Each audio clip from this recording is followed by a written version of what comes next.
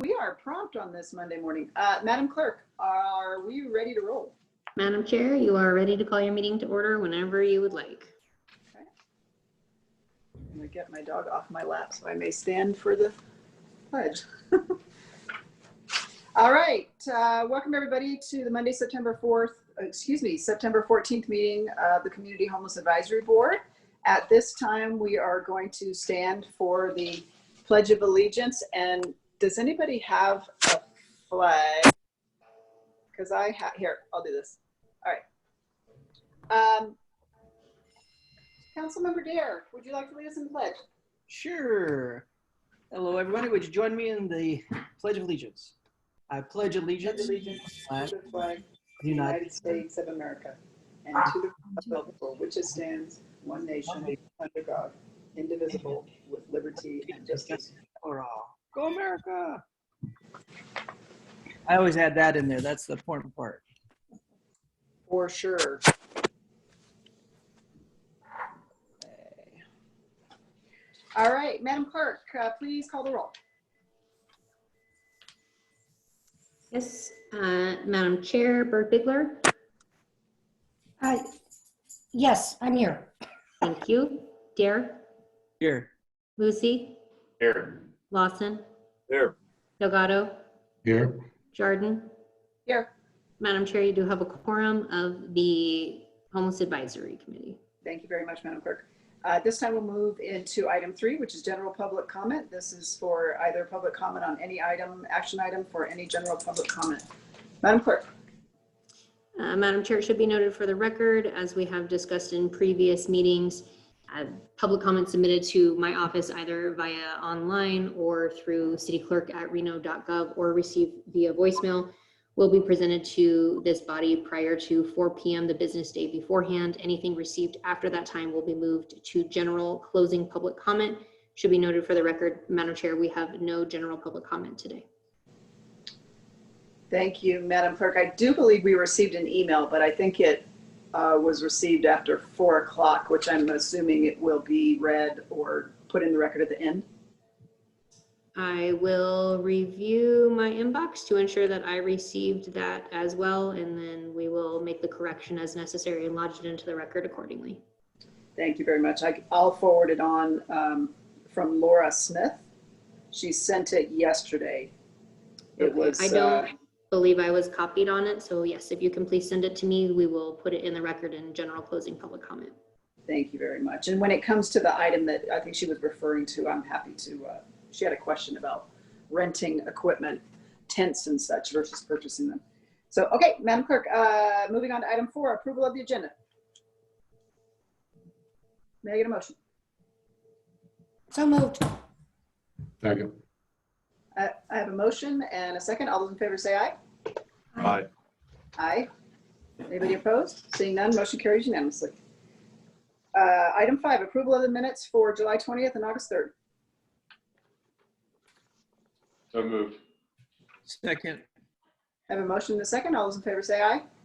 Aye. Aye. Any opposed? Seeing none, motion carries unanimously. Item 6, board approval of the CHAP 2020-2021 meeting calendar. Cynthia.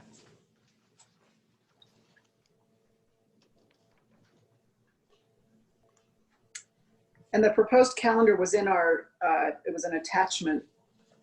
So I don't know if, Madam Clerk, if we're moving Cynthia over to identify any sort of anomalies in the first Monday.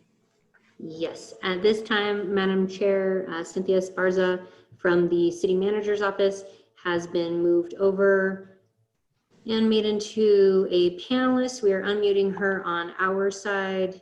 And then as soon as she is unmuted on her, she will be able to present, and she's available now to discuss any questions from the board. Thank you. Good morning, board members. This is Cynthia Esparza from the City Manager's Office at the City of Reno. There is no anomaly for the 2020 and 2021 calendar. The only date that's a little bit weird is in July, due to the 4th of July holiday, the meeting has been pushed back. But besides that, every meeting will be on the first Monday of the month. Fantastic. Do any board members have any questions or comments about the calendar? Okay, seeing none, may I get a motion? I'll make a motion to approve the calendar as is. Second. I have a motion and a second. All those in favor say aye. Aye. Any opposed? Seeing none, motion carries unanimously. Thank you, Cynthia. Item 7, board update on Our Place, Women and Family Shelter, and current projects. Mr. Ben Castro and Madam Clerk, please, if there's any, I don't believe there was, but if there's any public comment on any of these, please jump in and let me know. I'll be sure to let you know, Madam Mayor, or excuse me, Madam Chair, Freudian slip used to that one. At this time, we are moving over Ben Castro from Our Place to be able to give you an update. And then if he has a presentation, we will allow him to share his screen so he is able to give you those updates accordingly. Thank you.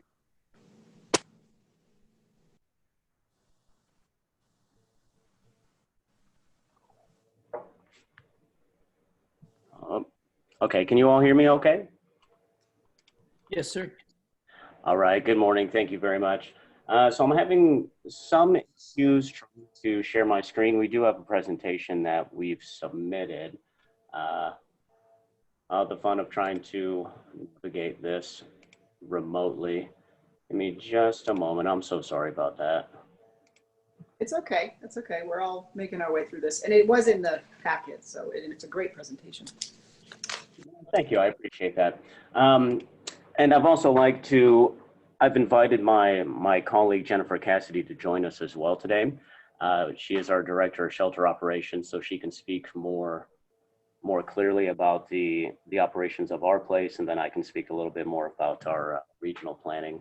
I don't know if she's also with us, but if possible, I'd like to make her a panelist as well.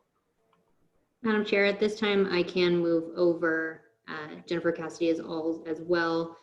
Ben, if it is helpful for you, I have your presentation. This is the clerk of the board, and I can advance your slides for you and share my screen if that's something that is, if you're unable to pull it up on your end, we can try to negotiate that on ours.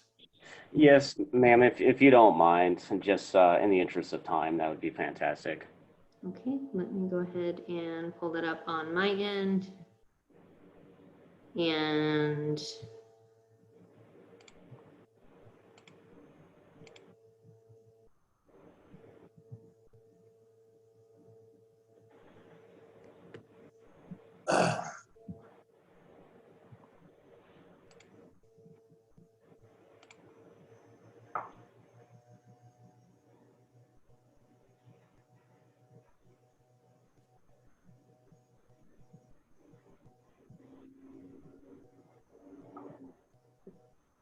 okay, we will start with this and then I will work on getting you into a presentation mode, but to further not delay, can everyone see my screen at this time? Yep. Okay, Ben, go right ahead and we will move through as best we can. I appreciate that. Thank you. So for the record, my name is Benjamin Castro. I'm the Executive Director of RISE. I'm here to talk about the operations of Our Place. I'd like to introduce our Shelter Director, Jennifer Cassidy. Good morning and thank you. Are we able to play that video that's on the first slide?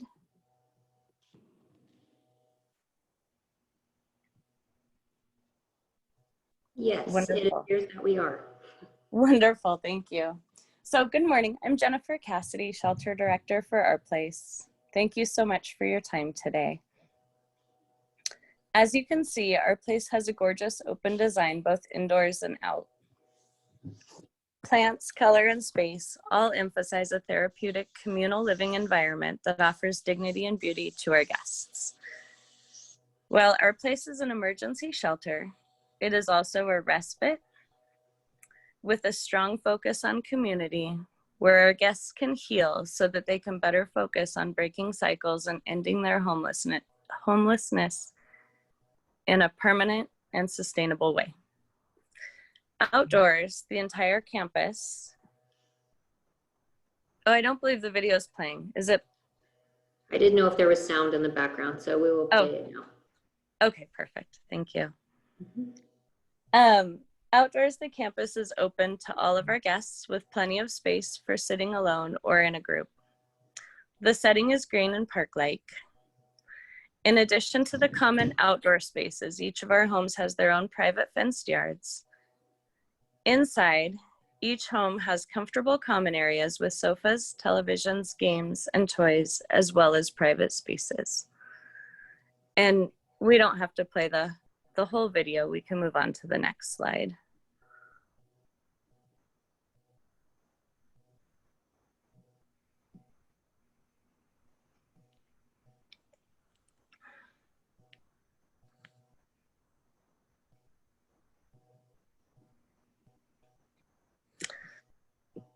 So RISE has a long history of investing in people, building community through strong relationships and mutual aid. We are incredibly grateful for this opportunity to continue to work at our place. Next slide, please. What you see on this slide is a snapshot of a day in late August, but I'd like to share a more in-depth look at our guests. On May 1st, RISE transitioned into operating TADS, or temporary assistance for displaced seniors. To date, we've served about 15 seniors. In mid-June, we moved the families from Record Street to the Our Place campus. And since that time, we've served about 50 families. While waiting for construction to finish on the women's home, we sheltered women temporarily at the old overflow on Washington Street. On August 14th, we moved about 80 women from Washington Street to the Our Place campus, and we've recently increased our capacity to have space available for about 100 women. To date, we've served a total of about 160 unique women. We currently have about 15 beds open at our women's home and a wait list for all of our other homes. Our outreach director also works closely with county caseworkers to connect women who are not eligible to stay at our place with resources.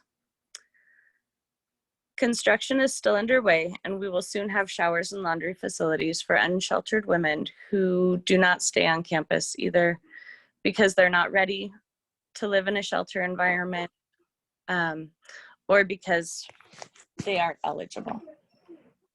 Next slide, please. We are currently hiring for guest services advocates who are interested in building community and walking alongside our guests on their journey to permanent sustainable housing.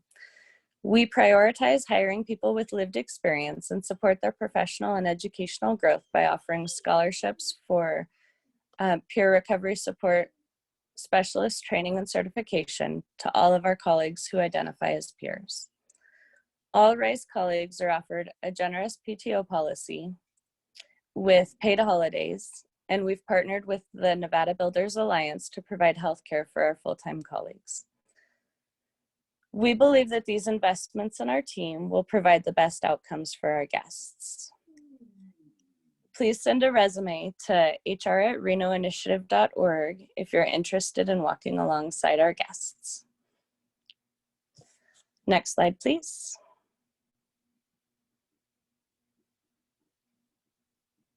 As you can see, Our Place is a true partnership. Washoe County Human Services Agency provides a beautiful campus, along with highly skilled caseworkers who work hard with our guests to find long-term sustainable solutions to end their homelessness. A medical provider and mental health professional are also on site, further showing a commitment to enable recovery and break cycles.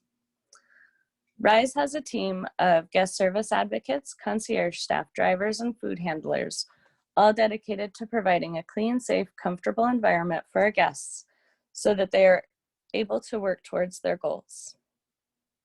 Our staff is about 75% peers who have some understanding of the barriers our guests are facing. Some highlights from our first few months at Our Place include a spa night for the children that included snacks, kid-friendly face masks, manicures and decorations, barbecues at the homes, outdoor movie nights, and friendly chalk art competitions. We also host recovery groups and encourage our guests to be part of this decision-making process with our resident advisory board. And then I'll turn back over to Ben Castro, who will take the next slide, please.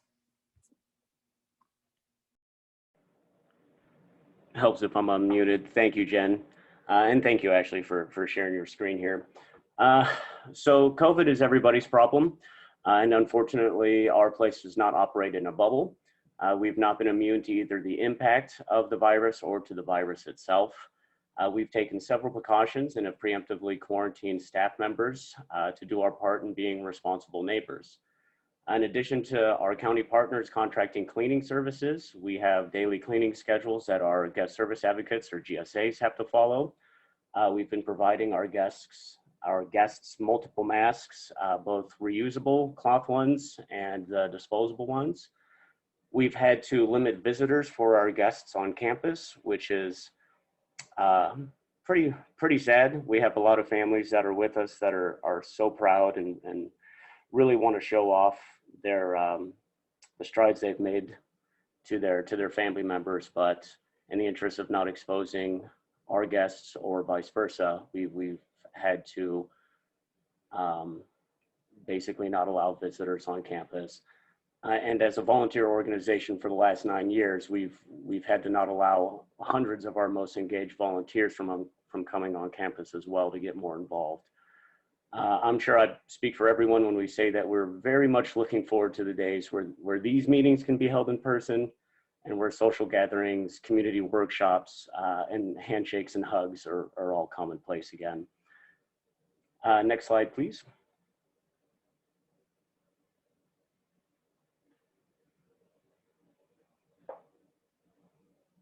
Thank you. So given the unique challenges COVID presents, in order to maintain a safe, clean, and healing environment, our place campus will soon be at capacity, even with the additional beds and additional staffing that our county partners have provided. I know our colleagues at Volunteers of America has had some open mats available during certain nights, but I also imagine as the temperature continues to drop, those will soon become filled as well. So once again, we find ourselves facing another winter where emergency shelter will not meet the needs of our vulnerable neighbors. I feel that the funnel point here is really not getting people onto campus. The funnel point is getting people off of campus and into long-term affordable housing. Our real pressure point and our real pain points are having solid exit plans without anywhere to exit people to. So what we need from you folks as our regional leaders is to provide more sustainable and bridge housing so we can move our guests quickly through the system and into their future homes. Now, I don't want to oversimplify the solution, as we know that low income and affordable housing is complicated. And we certainly don't want to negate the hard work that your respective councils and boards have made over the past couple of years to increase our housing inventory and to make our region a vibrant, healthy community. But the reality is that building low income and affordable housing stock takes time, and it takes time for the long-term effects to ripple through our community. And the short-term costs will likely cost us the lives of some of our most vulnerable neighbors. So if we're going to tap into community resources as we have in previous winters, including the emergency overflow tent that was hosted on the CAC parking lot, we strongly recommend that winter planning meetings start immediately and that they're transparent, coordinated, and that they include the community members. So with that being said, I appreciate everybody's time and I appreciate everybody's hard work and attention to this matter. We're happy to answer any questions that anybody has. Thank you very much. Do any of the members have questions? Council member Dale. Yes, thank you so much, Ben and Jennifer. I first want to say, Jennifer, thank you for giving us a tour the other day. I think I'm talking to the same Jennifer. I'm pretty sure. That's me, yeah. It looks like you climbing the ladder, so I thought that was you on your thing there. But I've cut my hair since then, but you know. Well, I just want to tell you, we really enjoyed going. So if you have not had a chance to go, I know they're not having a lot of visitors there, but I think that potentially they could find a way to get you to get to see what they're doing. And they really have taken and putting people in a safe environment, the stabilized, that really helped them move forward. I think my biggest question has to, are you guys going to be able to provide some stats of where and how, you guys mentioned, and I agree with you, of trying to help get people from there into their own place and that kind of thing. Is there any stats on how we've seen some support? I know it just began not too long ago, so I'm sure you're putting things together, but I know that in our meetings, that would be very helpful for us to see success stories, even non-success stories. Just tells us what's going on, just the information. You can't control what happens. You can just give the best avenues for people, but it'd be great to see as we look at where to invest money to make sure it's in the places that we see actual things shifting and go in the right direction. Does that make sense? Absolutely. So I can answer that. We do have all the statistics and data in GoodGrid, and we can present on that next time with the county. You know, just it is still early, so it's hard to read too much into any data, but we do have many of our guests moving into permanent long-term sustainable solutions. Thank you. That'd be all I asked, but thank you for the good work. And I can imagine winter is going to get interesting for sure. And also you guys are full. So what does that mean? Are you guys trying to find ways to expand at all? I know that's probably more of a county conversation, but is that something that's happening at all? Yeah, so we did open another 20 beds for women, and we are definitely talking to the county regularly, trying to find some solutions for winter. Thank you. Thank you very much. Do any other members have any questions or comments? I have a couple. I don't see any others. I have a couple questions. So my concerns and the suggestion of us having a kind of a standing item about what we're going to do as the winter sets in, that too has always been a difficult position for any of the shelter providers and for the communities to deal with, because we're always struggling with enough space, and then you layer COVID on top of it, and we're heading into a very, very difficult winter for sure. So I would like to have a standing item on reporting back as to what our collective jurisdictions and entities and organizations are doing to help with that, because that's going to be here before we know it. So I guess my question is, so when you say you open 25 more beds, so is every woman that has asked for a bed received shelter? I'd imagine Jen can probably speak more to that. So yes, yes, every woman who's asking for a bed at this point is receiving shelter. Okay, so the 25 is everybody that's asked has gotten one, and there's 25 available, 25 under COVID spacing guidelines. Correct. Okay, that's helpful. I do imagine those will fill quickly. Yeah, I imagine that as well. And just a clarification, it's 20, not 25. 20, okay. Thank you for that. And then, but you did indicate that there were some that you were receiving for women and families that were eligible. Can you tell me what makes someone not eligible? So that's definitely more of a county question, but it's what I would say is it's generally a background that wouldn't be someone who would be safe around children and families.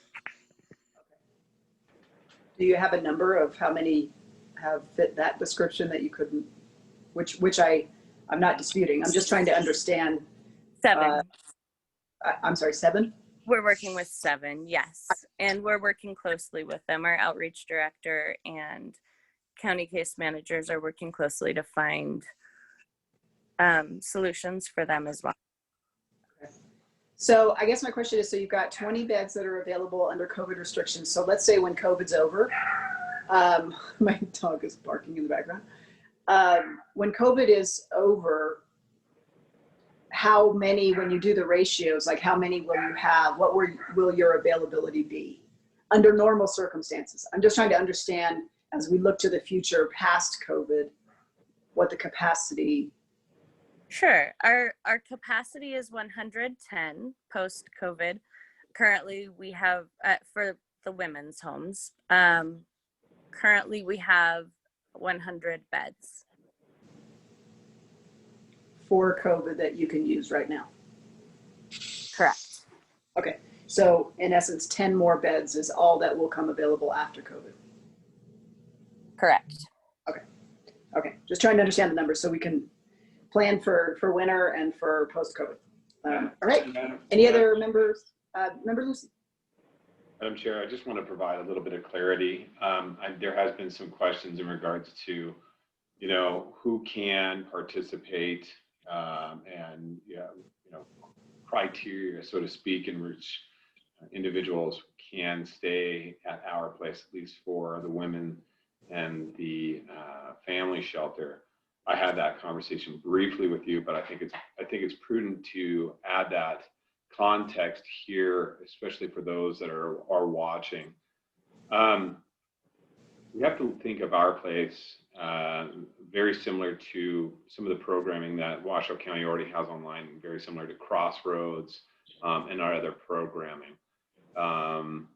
It's a very blended understanding that it does provide shelter for those that are experiencing homelessness, but it is not an emergent shelter as some would always think it would be. We also are under different funding guidelines, where the CAC downtown on Record Street is funded through a lot of HUD funding. A lot of our funding for our place comes directly from the county, which puts us under some different jurisdictions. The Walsh laws are one of those that John Walsh laws are ones that would prevent us from doing certain, preventing from allowing certain individuals to stay on our property. One of those being sex offenders, anybody with a previous violent criminal background. So those are some of the criteria in which some of these individuals, if they do come looking for shelter, we do RISE, I should say, RISE does a background through our organization with our workers, and they provide us some challenges in regards to, so if those individuals do become identified as individuals who could not reside at our place, our caseworkers still continue to work with those individuals. I know in my discussions with Director Howell, they've looked for hotel vouchers or alternative locations, either through WellCare and a number of different places, to help those individuals not put them into, so to speak, the streets again, but find them alternative housing, because we can't have certain individuals reside alongside of children at our place and reside alongside other individuals if they fall within certain criteria. So I do want to provide that a little bit of context for everybody. And you know, we do kind of have some different rules between the CAC and what we're doing at our place. We're trying, but as you can see, we're not full. We have 80 beds, we're 80 people, and we have 108 capacity. So, and hopefully, you know, post-COVID, we'll be able to address that capacity. And I know Director Howell has done a significant amount of work to identify more housing. And I think we all are challenged right now for not just women, but for all of the population, any population that is experiencing homelessness. We're at capacity everywhere. Hence the reason why we are looking at, which will be later on our agenda, the discussions about Governor's Bull and some different things that we're trying to accomplish to provide that extra housing. So these are our challenges that we're working through. We knew it wasn't going to be perfect right out the gate. However, we are doing what we can. I think RISE has done a phenomenal job. And I just don't want to make anybody have the misconception that the county isn't following through or shirking responsibilities or turning anybody away. We are just doing the best we can based upon the laws that are provided to us. So thank you for that, Madam Chair. Thank you, and thank you for that additional clarification. And I understand the complexities and the details of it.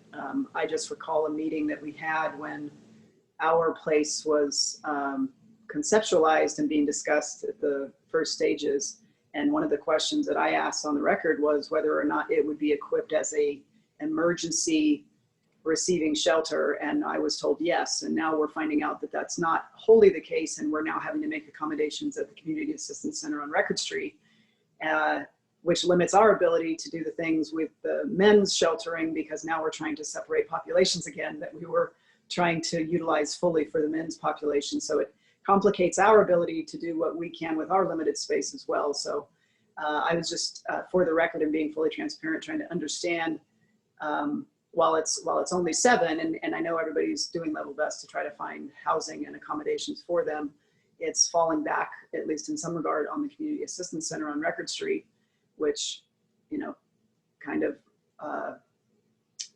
messes with our abilities that we're trying to do there. So that was all. Okay. Any other members have any questions? I do. I do want to say, and I want to say it's the county. I love what you guys are doing over there. So I know that without question, but I think it is one of those things as we're trying to be strategic in nature, looking at the whole picture. COVID definitely threw a loop in a lot of things of what we can and can't do, even financially and stuff. So I think it's important to keep coming back to the drawing board, finding the best answers and us walking forward. I think all of what we're talking about is crucial. It's crucial. And I've been meeting with each of the different groups and just kind of watching.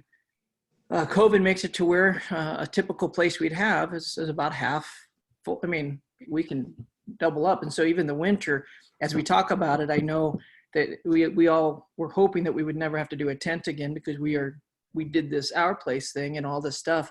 But with COVID, it really minimizes our properties to the place where all of our conversation really has to come back to that vein and say, end result, we still might get to where everything we dreamt of, but right now we're kind of in a strange season of just working together. I just want to say that to make sure. I do want to give props to the county for what they've done over there. I love when I go over there and see what's going on. I think that's exactly the kind of thing that those ladies needed and children needed and things like that. It is missing a few of the components we talked about. That's true. And hopefully we can get back there at some point or figure out some answers. But anyway, just wanted to throw out there and give props to all in that sense, but also knowing that we do have a big lift coming of trying to figure it out. Thanks. Thank you. And I agree with that. I think the county and Rise and Kate Thomas and Amber, everybody really has done a tremendous job for sure. But we do have to keep our eye on winter. Winter's going to be tough. So, okay. Any other members have any questions or comments? Okay. Seeing none, that was presentation. Thank you very much, Ben and Jennifer. Did we have any other comments before we move on? No? Okay. Moving on, item 8, board update on the CAC and current projects. Mr. Packashell. Madam Chair, at this time, I'm going to move over Pat Cashell, Leo McFarland, and Juliana Mayfield from BOA, and they will be able to share their screen and give the presentation. I believe that Pat and Leo will be doing some of the talking and Juliana will be doing some of the driving. So between all of them, we will get where we're going here. Can you all hear me? Am I on there? Yes, we can hear you and see you. Leo, you've also been promoted to a panelist. We can hear you and see you. The only person I do not see, I will ask this in this group. Does Juliana have a perhaps different last name than Mayfield? Juliana Glock? That would be helpful. Is that the same person? Yes. Thank you. With that, we will promote her to a panelist, and Juliana, you will be able to also speak and drive. I believe you have your presentation on your end. If you have any technical difficulties, please let me know and I can work it on mine. Great, thank you. I'm going to go ahead and try and share my screen now. Can everybody see it? No, I can't. We cannot see your screen. However, you do have access to be able to share. There it goes. Oh, there you go. Okay. I don't see it. I don't know what's going on my end. We see it. I see it. I do not. You need to clean your glasses. Yeah, no, I just have a big thing that says Zoom on my screen. Pat, are you on a desktop or are you using it on a mobile device? Desktop. Okay, it could be with different screen options. Sometimes you have to hover down into participants at the bottom. It's not even, I don't even see the meeting anymore. Well, that's a neat little technical quirk. You're still in it. I can't, my problem is I can't see the screen. I don't see Juliana's screen. Madam Clerk, do you have this presentation and maybe you can drive it? I do have the presentation and My big thing is I don't even see, maybe I can step into Juliana's office. I don't see anything right now. Why don't you do I that, think- Pat? Yeah, you could come in my office. Okay, there you go. Please maintain your social distancing. Thank you.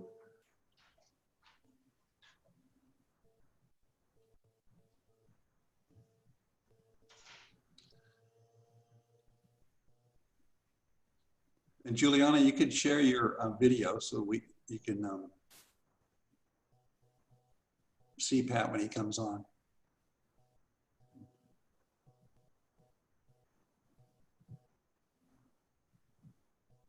Okay. There we go. All right. Okay. Are you, Ashley, are you controlling the screen then? No, I am. Oh, we Nope, are. you are controlling it. So I am Okay. looking, just so you're aware, her camera is on so we can see you.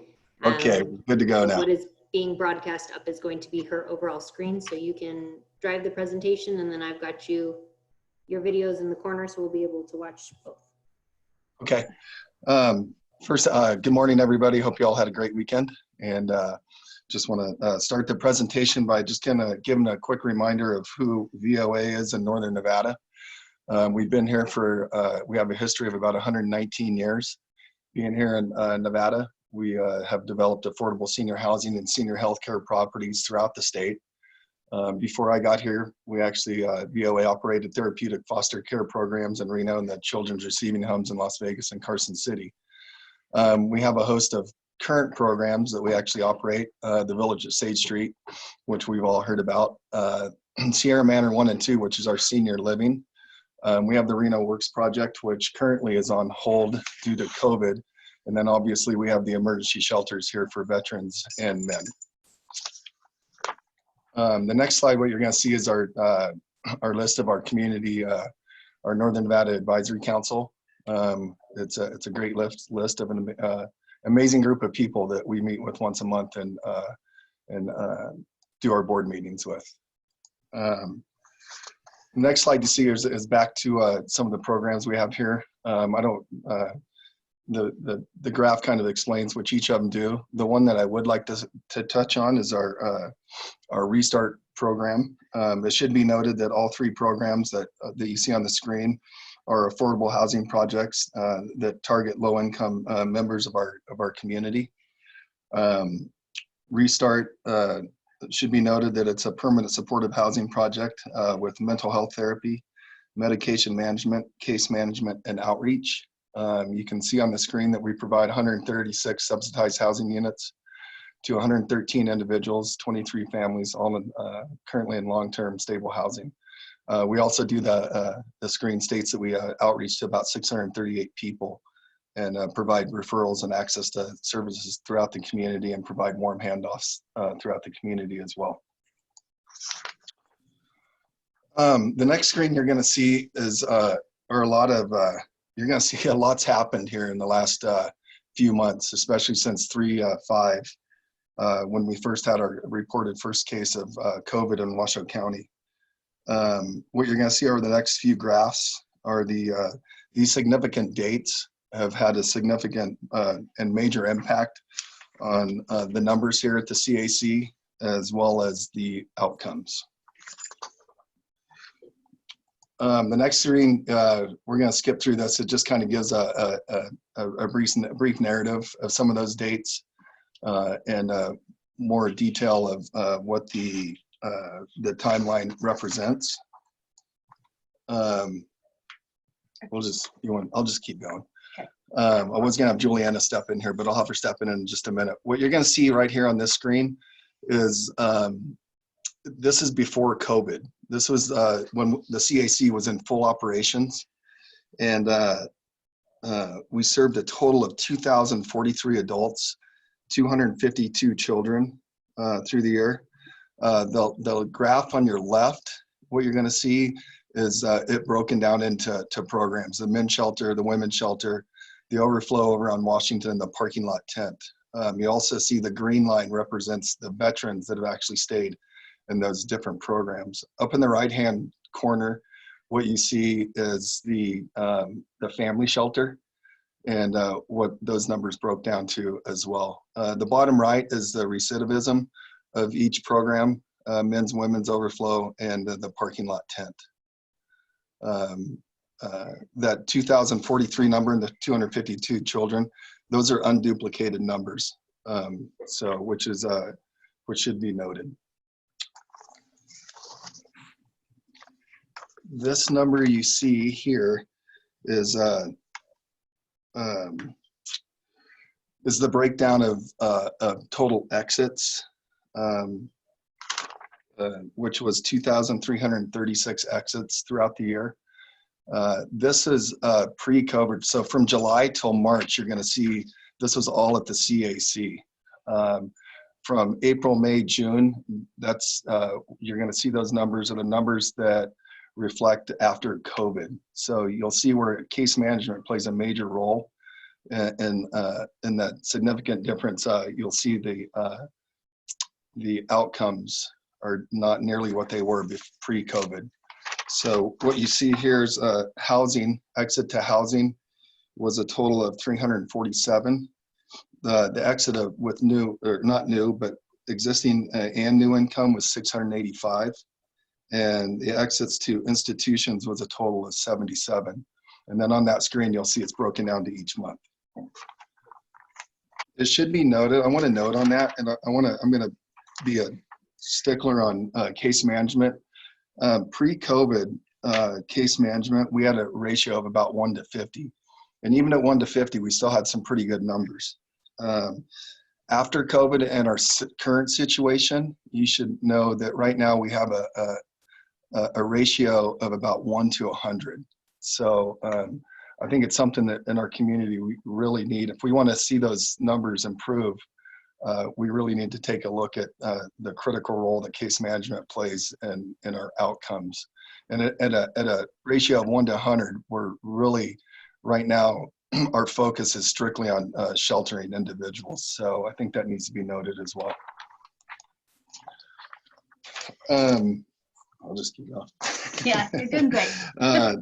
This is what you're seeing here is now we're moving into COVID. So July to March, March being the date we started with COVID. Before that we sheltered. We had a shelter with 160 men, 50 women, and 29 families. The winter overflow tent of 50, which was co-ed, and an overflow side of 150. Once we moved into the event center, we had, in order to, for social distancing, we had a capacity of 375. But we still had a capacity at the CAC, but we reduced those numbers down to 35 people a night. And the majority of those individuals staying at the CAC were vets. We also had pets staying here as well. And then we also, there was a need for individuals that for breathing devices, medical devices that we needed electricity for those individuals. They were part of those 35 here at the CAC. So from March through August, we served 1,274 people, and that's 1,033 men and 241 women. And August 18th, we depart BOA, we depart the Reno Event Center, and that's when we moved into the tents on 4th Street. But also we moved into various locations here at the CAC, which I'll explain to you here in a few minutes. These are the numbers still, let's see, no. Oh, these are strictly the Reno Event Center numbers. These are the numbers that we saw March through August at the Reno Event Center. Fluctuated throughout the month. I don't think there's much more to say about that one. Those are just the numbers that we had just at the event center for those months that we were there. Here's our current situation. So we moved into multiple locations. The biggest location being the tents on 4th Street, which has a capacity of 207. We're still maintaining the men's shelter at 35. And so if anyone that's been here to the shelter knows that we used to have Good Shepherd clothes closet, which has been emptied out. So, and that's on the first floor at the entrance of the CAC, the Record Street campus, and that holds a capacity of 53. And the second floor of the CAC, which we have not used yet, has a capacity of 40. The third floor, which was previously the family shelter, has a capacity of 30. And then the former women's shelter has a capacity of 17. The total capacity before COVID was 410 here at the CAC, with the various other, with the tents and the overflow on Washington. The current capacity right now, as we sit today, is 382. So I think it's good to note that I believe that we're probably going to have to move forward with a winter overflow tent if we maintain this current number and capacity with our current situation due to social distancing and COVID. Okay, this is, so what you're gonna see here, looks like a lot here, but we haven't been, this is the current tent utilization data, which has the current tent down on 4th Street has a capacity of 207. So what you're gonna see here is these are per night bed counts. And you'll see the assigned beds. You'll see the number of beds that actually stayed and then the available beds. We started off, as you can see at the beginning of the month on 8/18 with 54 beds available. We're down to about 5 beds a night. So we're just about at capacity at the 4th Street shelter site. The next one is the screen that you see now is the men's shelter with a capacity of 35. And you can see that we're pretty much full every night here at in the men's shelter. We still do have the isolation beds. So out of those 35 beds in the CAC upstairs, 2 of those beds are private rooms in case we do have any type of individual needing a medical bed to take them out of general population until Community Health Alliance can do a check on them to see if they're COVID positive or if they need any type of further medical assistance. The first floor of the CAC, which is the Good Shepherd, we've been running full there every night. And so who we put down there at the first floor of the CAC are mainly individuals in wheelchairs and that need medical assistance. It is, I should note that 15 of those beds about on average that we're seeing here recently in the last week have been going to 2 women. We're maintaining a steady flow of about anywhere from 10 to 15 women a night in the first floor of the CAC.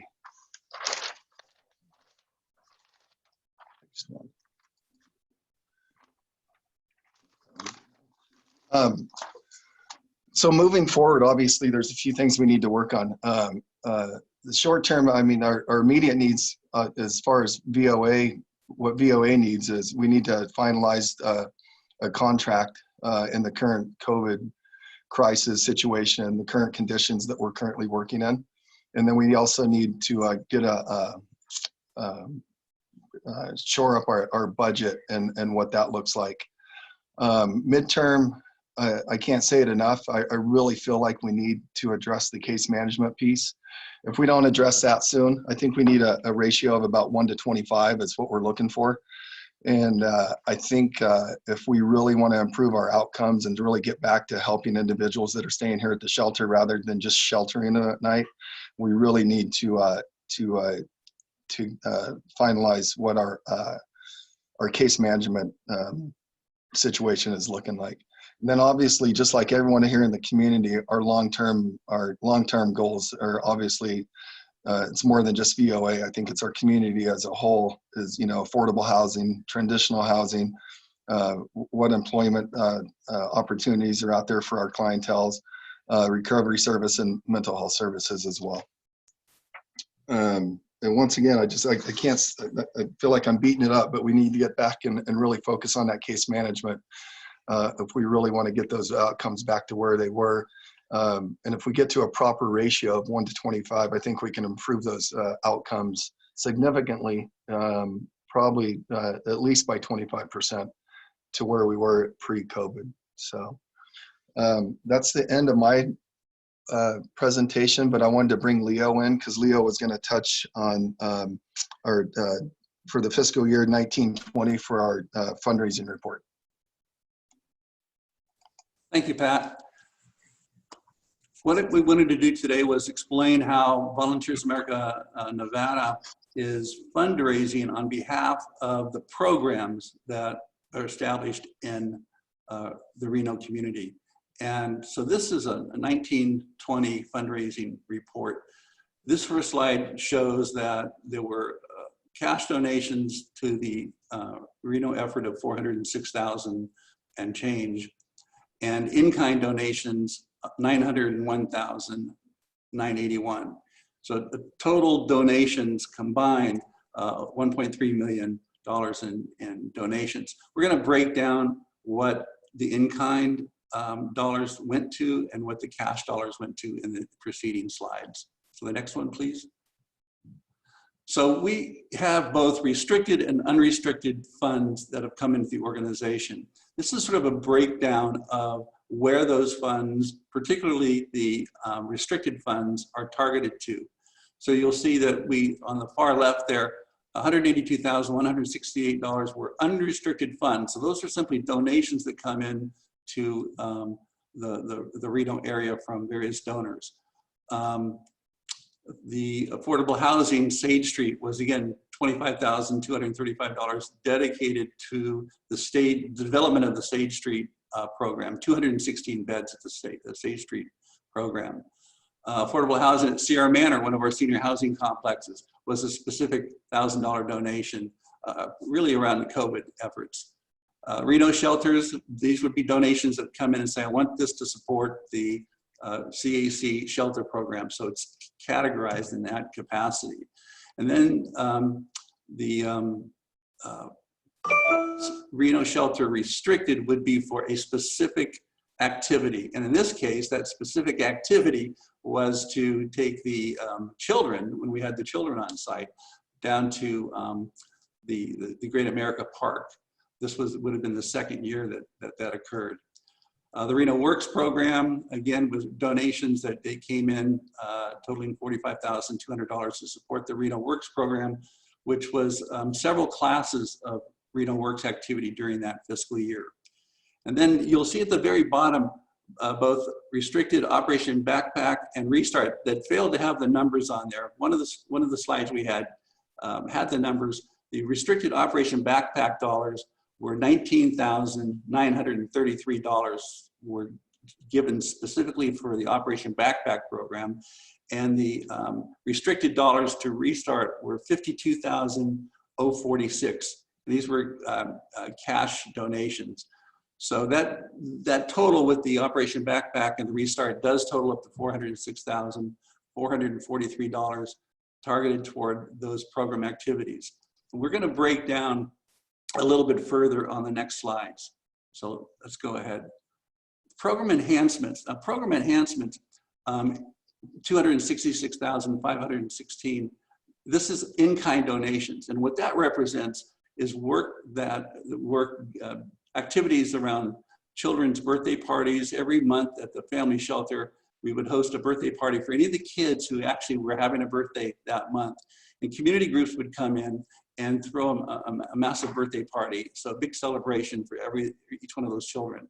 So that would include the holiday party itself, the gifts that were given, and particularly I have to give a shout out to the El Dorado, because El Dorado, for every one of these birthday parties we threw for the kids, would supply the birthday cupcakes. And the group coming in would pick up those cupcakes and bring them in. But it also, the enhancements, the in-kind enhancements included clothing donated, books donated, haircuts that were donated and actually happened, bedding, household goods. When we move a family or an individual into permanent supportive housing, we also supported them with donated items that were such as pots and pans and the like. So that in total, when you look across the Board of Services for Volunteers of America, not just the shelter program, but included Restart and included, sorry, I've got some landscaping going on outside. It included Restart as well as Sierra Manor and the Sage Street property. So that was, these are in-kind donation dollars that are valued by the donors for what they come. And that's total $266,516. The food donation that you see there, $635,100, that's really food donated by the Reno Sparks Gospel Mission. They feed and fed our families and our single women and our single men all year long, and that totaled to about $3.85 a meal. But that was essentially gifted by the Reno Sparks Gospel Mission. So that's the in-kind donation valuation that totals $901,616. Next slide, please. So we're going to break out those two pies a little bit. That dark gray area it kind of explodes out to the right there is strictly the Restart programs. These are donated dollars going to these programs, or at least the operations what have been spent in these programs. So we've got actually 7 programs under the Restart umbrella, but you'll see here the Restart Shelter Plus Care, $54,670 were donated to that program activity. The Rapid Rehousing, Restart Cabby grant, Restart Anchor, and Restart Path. That's how that $212,000 is broken up. Now, the costs associated with running those programs is that they don't cover all their costs. And so, for instance, rent to actually occupy that space down at the CAC is paid to the city. And that rent is broken down into all the categories of each one of those programs, as well as the I'm not sure how noisy that background is, guys. I apologize for that. The Reno Works program was also subsidized additionally $72,300. And the Reno Men's Shelter and Women's Shelter and Family Shelter were also additionally subsidized by $120,991. And within that, some of those dollars, as you break it down per program, there was a lot of hero pay during the COVID time. We wanted people who were still showing up to work, so we weren't understaffed, but we issued hero pay to those individuals.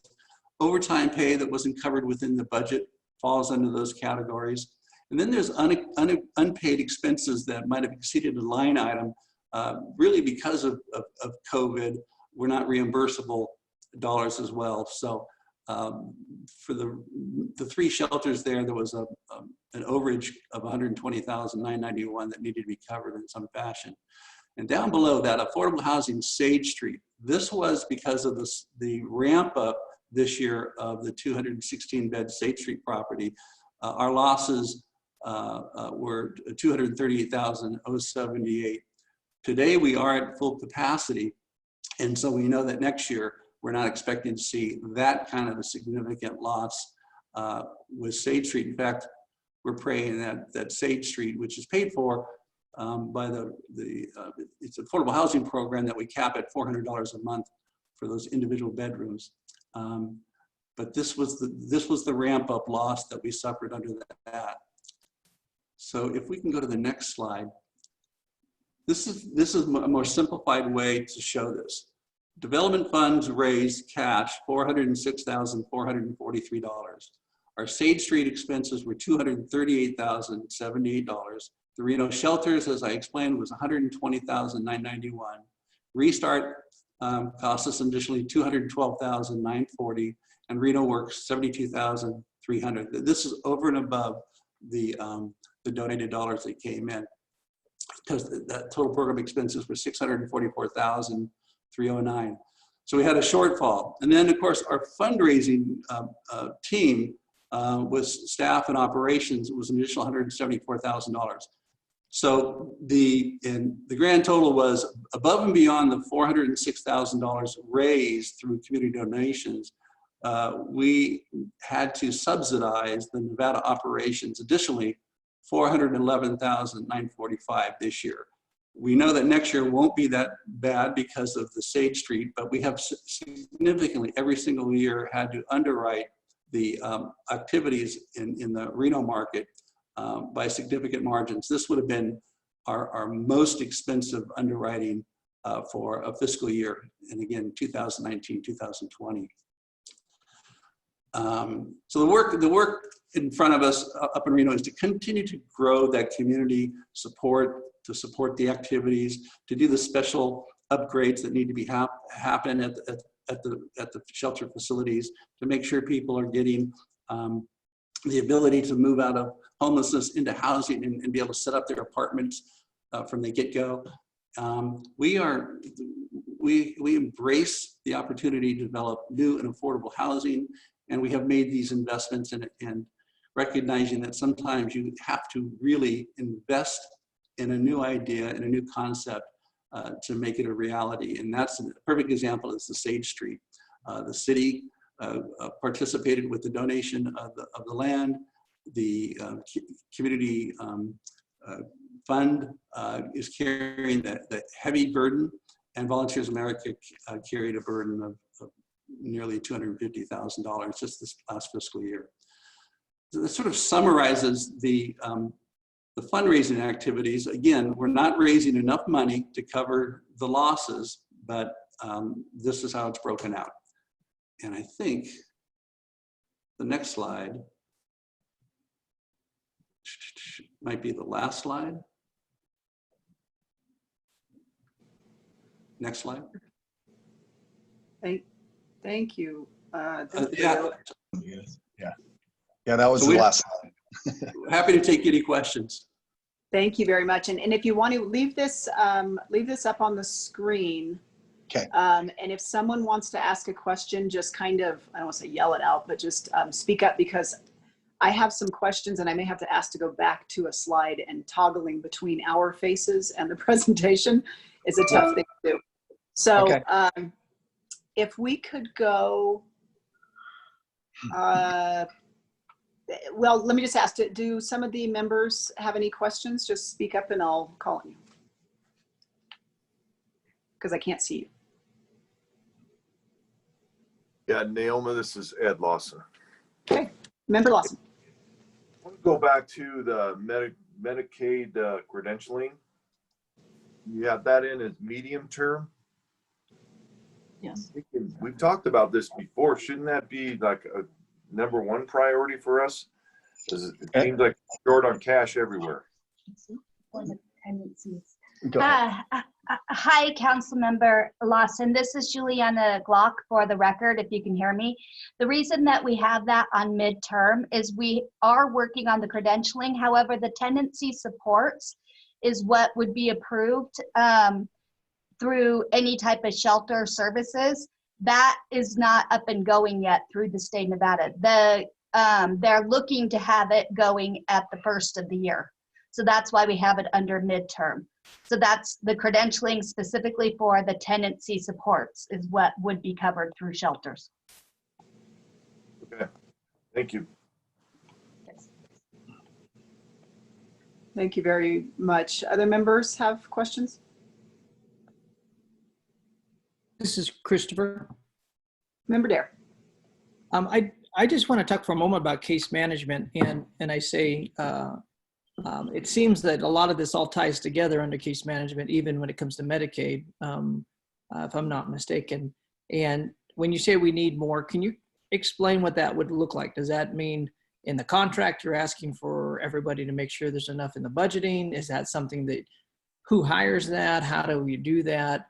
How do we get that to that thing? If that seems to be the linchpin to make sure we can move forward, what would be a few steps that you think we could do to get to that place? So I'll speak first, and I'll let Juliana step in. Right now, it's not included in the budget. Case management is not part of the budget. So I think that's really the first thing we need to identify. I think we need to identify if we really want to get to a 1-to-25 ratio, just how many clients we are serving here on a daily, monthly, weekly basis, and what that looks like. So if I'm going to go back to my numbers here, I think it was 382 was our total. So we need to significantly step up our hiring, and that would be through VOA. Those case managers would be hired through VOA and would be part of our staff. And then we need to identify in our current situation, what's that case management look like? Like, there are no offices at the tents. And so we need to, make it as friendly as possible, I guess I would say, for lack of better terms, accessible to the clients. It's not really, the tents on 4th Street right now aren't really conducive to doing case management. And the expectation that we're going to set up meetings at the tent and then have them come back down here all the way to Record Street, I don't think is an ideal situation for some of our clients as well, especially those ones that are maybe in wheelchairs and stuff like that are staying at the tent. So in the current situation, we're doing the best we can with, we still do currently have 3 case managers on staff, which, like I said, is about a ratio of about 100 to 1 right now. And so those are all things that I feel like we need to look at, is accessibility, actually having it in the budget for case managers, and where we're actually going to do the case management in the current situation. So Pat, I have a question on that, and we have to move along. We got like 4 other pretty big presentations, and I definitely want to get to the item 12 and 13 because it ties in directly to a lot of these things that we're talking about here today. The Governor's Bowl, the super shelter site, and by the way, that's just a label I put on it only because to me, super means it encompasses many things in which we currently don't have and don't have the capacity and the space for. So that was just a name pulled out from somewhere. So it doesn't really mean anything. But to me, it ties directly to your presentation here and the need for the facility. My fear is that, we funded additional case managers, and then where does that occur and how do you transport people? Not suggesting there's not great urgency to it. It's just, then we're back to facilities which were already really, really strapped on. So I have a quick question on the capacity issues at the men's shelter. So you say that upstairs has space for 35? 35, yes. Okay. How much did it have previously? 160 before COVID, we would have 160 just upstairs in the men's shelter.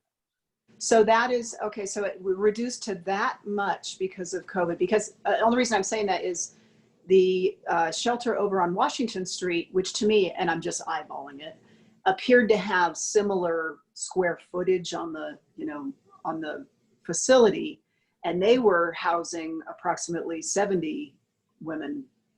So I'm trying to figure out why, unless I've got my square footage off, which I totally could. COVID is just really restricting, and I get it, everybody's ability to do. And those were through measurements that the city and the county came in, and they're the one that came up with that capacity for us. Okay. As far as what we could put upstairs. I think we may need to take a peek at that again. That just, and maybe Arlo, when we get to yours, we can talk about that. I just know we're heading into winter, and it's a priority to talk about what we're going to do because the Governor's Bowl or wherever the master shelter site is not going to be ready. And so part of that is the men's shelter is a little bit more broken up than Washington Street. So a lot of that square footage is taken up by the 2 COVID rooms that we have.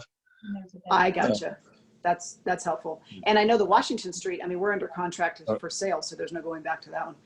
Okay, do any other members have any questions at this time? I hate to. Pardon, I have one more quick. Remember, I heard a rumor that there's not heat at the 4th Street tent. Can you tell me what's going on there, if that's true, and what's happening? I can speak to the fact that there is not heat at the 4th Street tent as of right now, but I'd have to ask the city where we stand on getting heat in the tents. That's not something VOA is working on.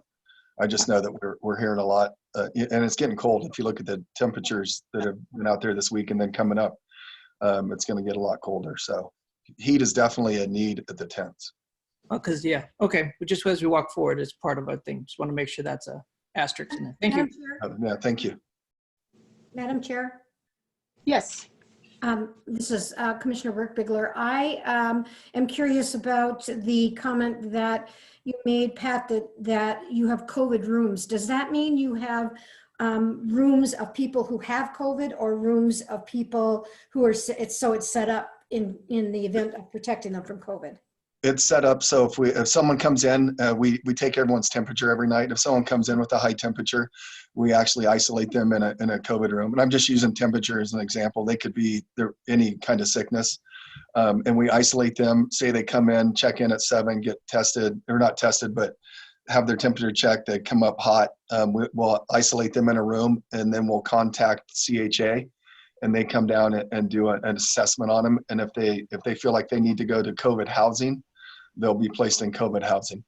Okay. How many people on average do you have there a night or whatever? What is it looking like? As far as COVID? As far as people coming in with COVID, or we haven't. I think we've sent 6 people total since March to COVID housing. We've tested maybe back in March, or I'm sorry, back in, I believe it was in June when we did all the testing, we had 18 people come back positive. Since then, there's been approximately 25 to 30 people that I'm aware of that have come from one of the shelters that have actually been positive. And as Pat said, we've directly referred 6 people to the COVID housing. And the 2 isolation rooms that we're referring to, they're literally like separate rooms with their own ventilation system, their own bathrooms. So they're completely isolated rooms. good, But that's what our COVID numbers have been. good. Thank you. Thank you very much. Yeah, you're welcome. Yes, thank you. And thank you, Pat and Leo, everybody for this presentation, because this data is invaluable. This really does help us get a really in-depth data look into where we are, what we need, where we're going, and with the emergency of winter coming on. I know the discussions of long-term housing and bridge housing is a significant one, and certainly Sage Street, and I know we've got a presentation for the tiny homes coming up. That is of utmost importance as well. But understanding that winter will be here soon and having heated facilities for our unsheltered is an imminent priority for sure. And that's why I was asking about the 35 capacity at the men's shelter.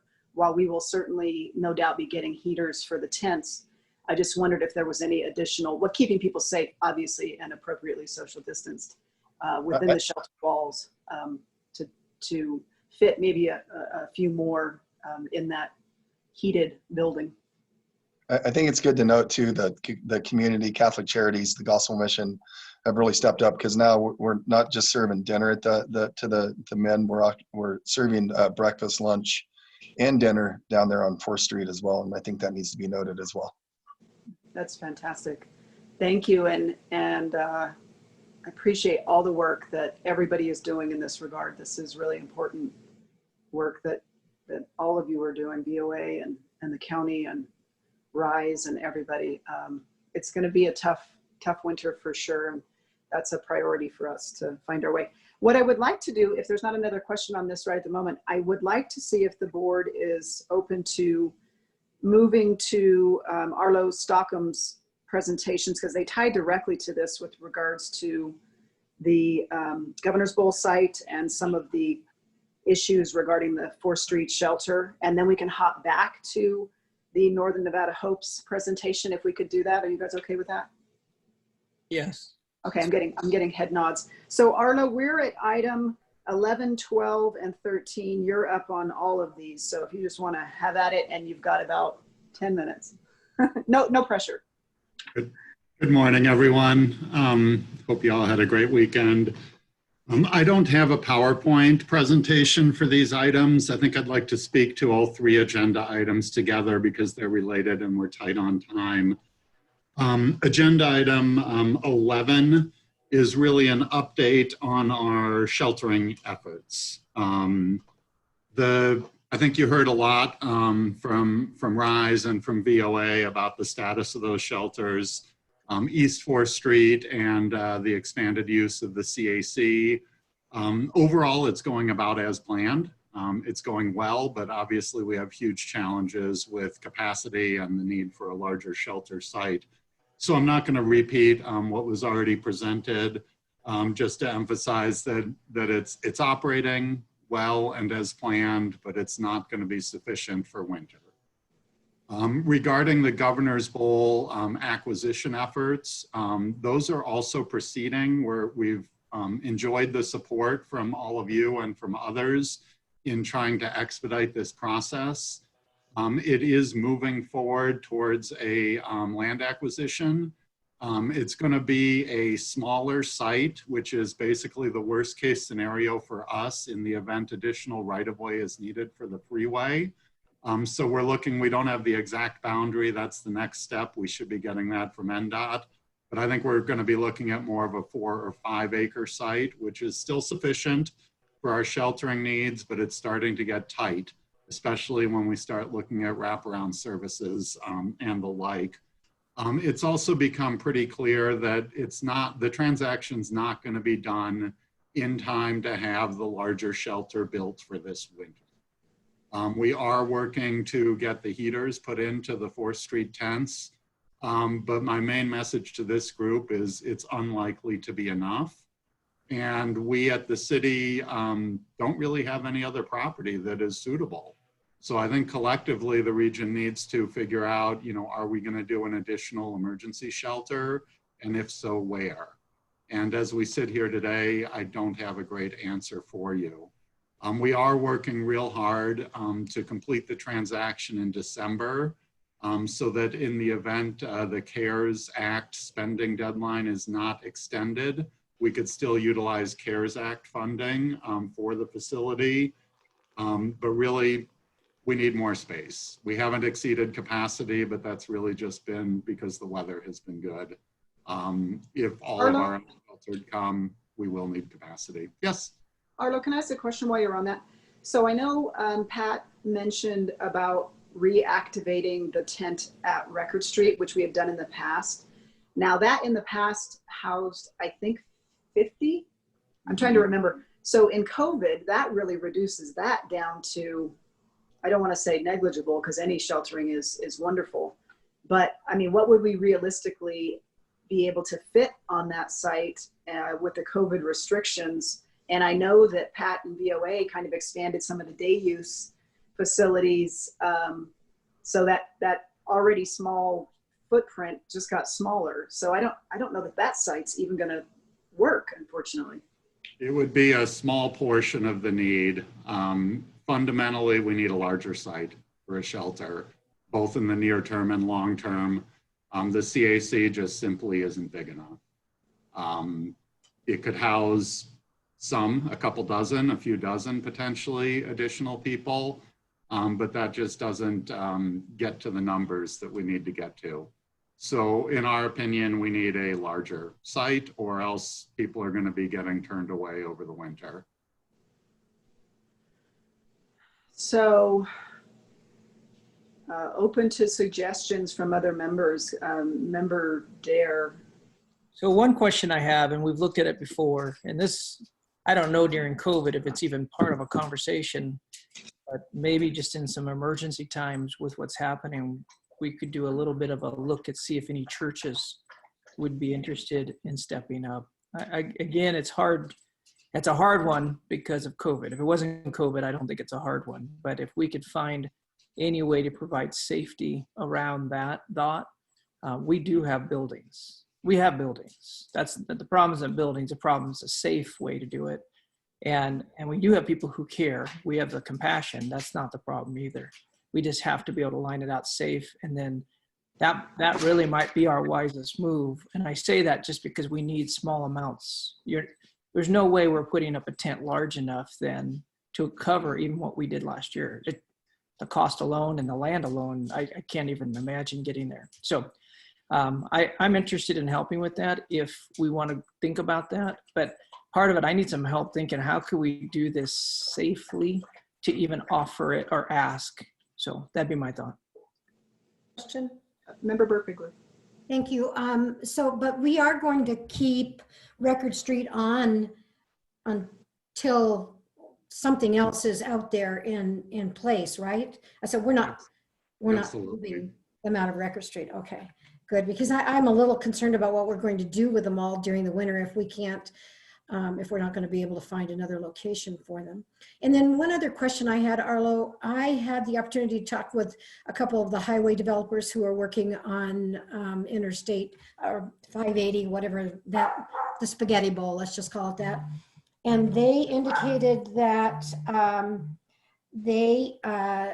that they're concerned about how much space is actually going to be available at Governor's Bowl. Have any of them come and talked with you about that?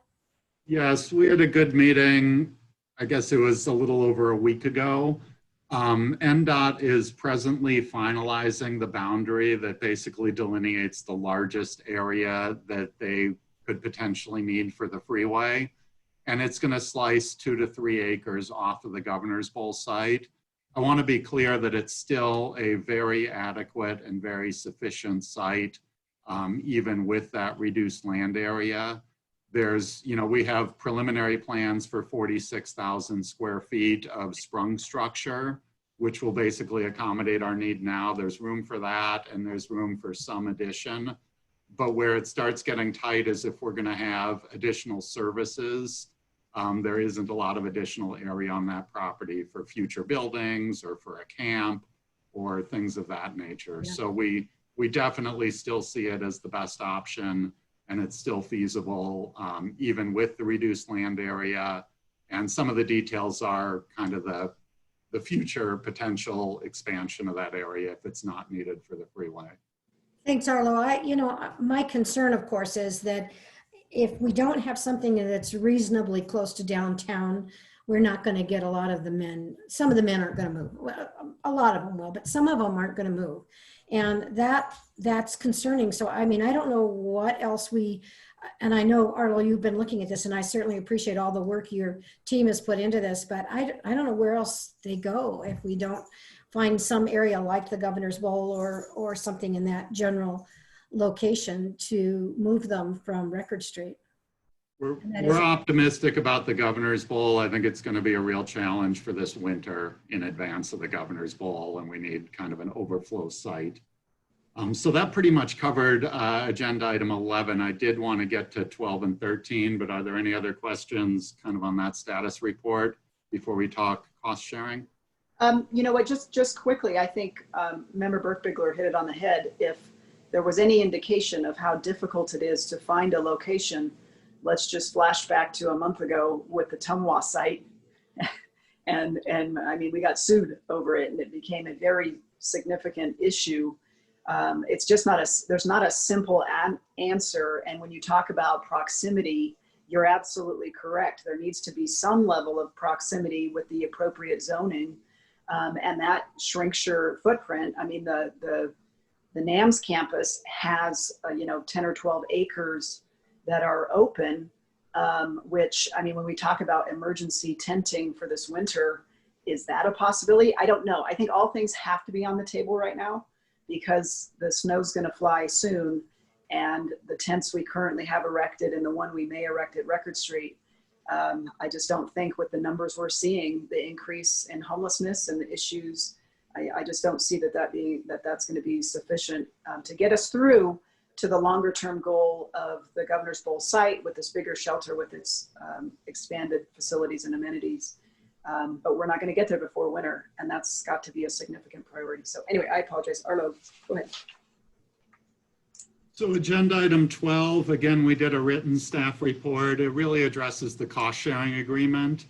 Many thanks to our partners at Sparks and Washoe County for working together on this. I know when it comes to the money, that's always a hard discussion. We did reach a conceptual agreement on how to split costs. Some additional work is needed on the details, including the operating budget. But in summary, there's really 3 pieces to it. The first piece is resolution of back due payments, which are in process. The second piece are the site and facility expenses. Those should be eligible for CARES money. We're estimating roughly $9.2 million for those emergency facility costs, but that's a very rough estimate, subject to change. And the longer we need to stay in emergency tents, the bigger that price tag is going to be.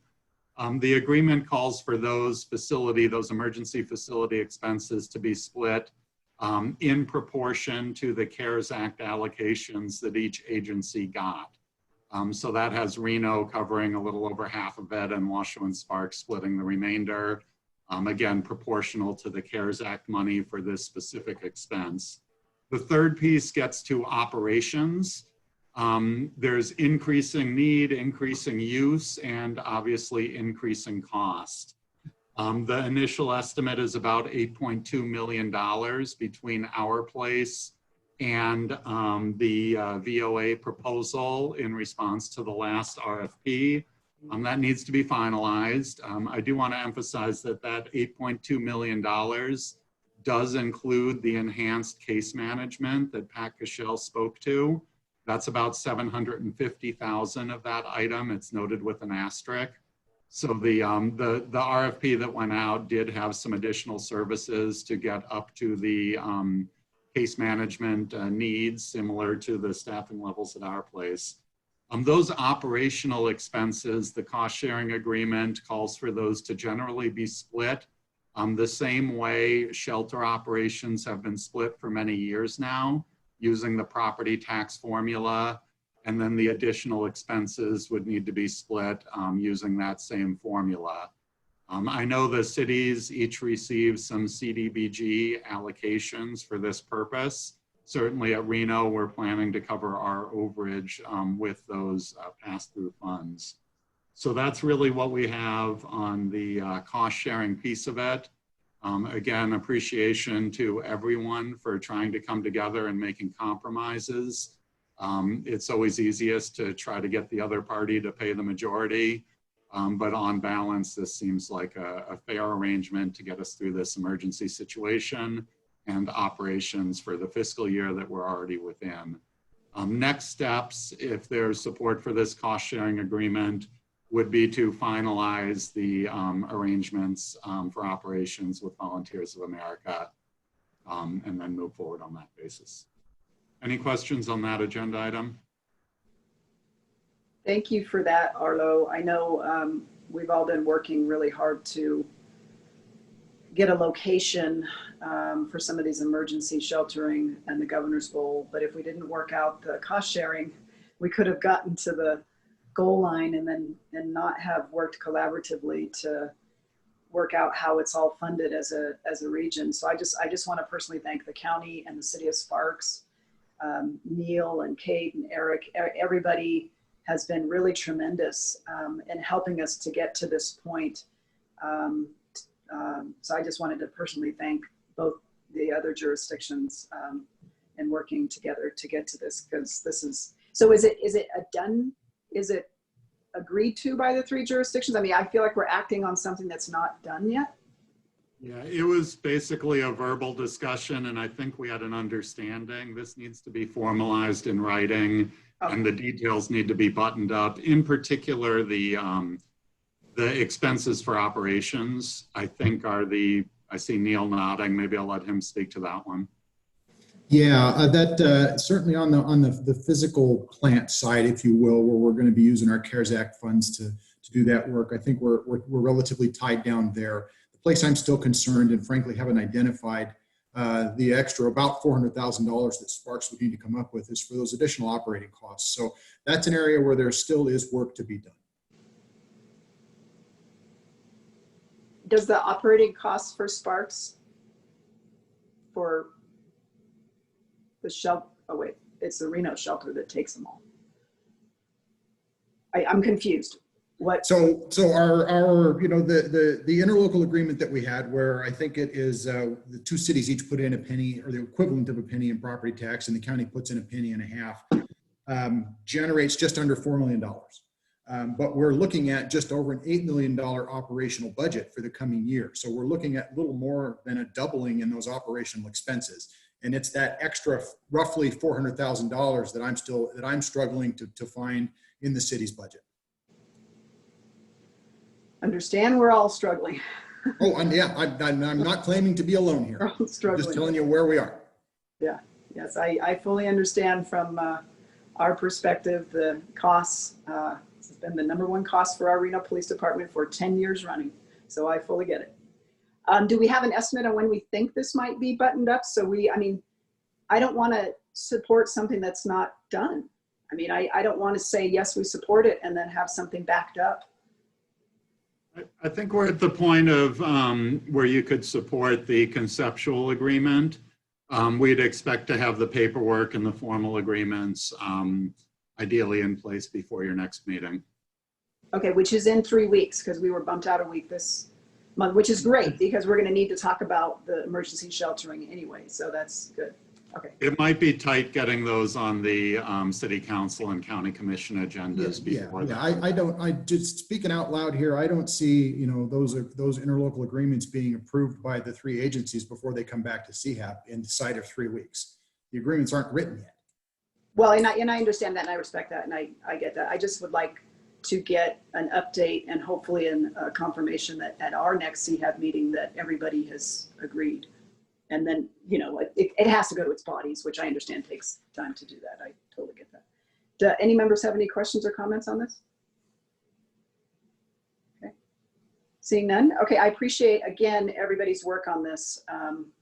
This is critically important for those without shelter and those without voices. And us coming to agreement on this, I cannot say how important this is for us to move on this. So would someone like to make a motion? Anyone?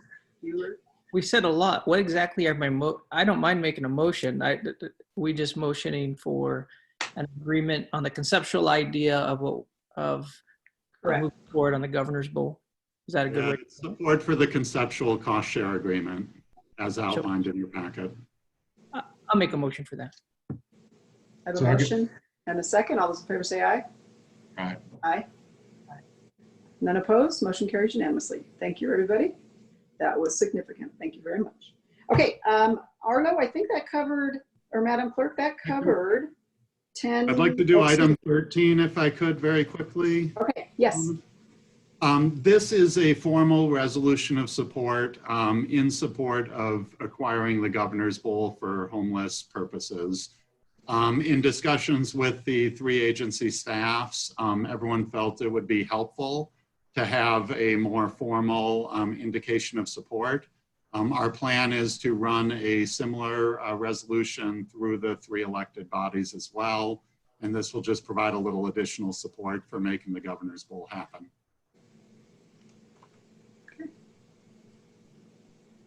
All right, I'll make a motion to approve that proclamation. I have a motion and a second. All those in favor say aye. Aye. Anybody opposed? Seeing none. Motion carries unanimously. Thank you, everybody. This is big. Arlo, again, all of your work on this. I seriously can't thank you enough. Okay, so that was 11, 12, and 13. Madam Clerk, am I correct? You are correct, Madam Chair. That covered item 11, 12, 13 with action taken on item 12 and 13. 11 was an update only with no action. If there's nothing further from the body, then we will return to item 9, which is a board update and presentation on Hope Springs. This will be presented by Sharon Chamberlain from Northern Nevada Hopes. At this time, IT will assist in moving her over as a panelist, and she'll be able to share her screen and give you a brief presentation.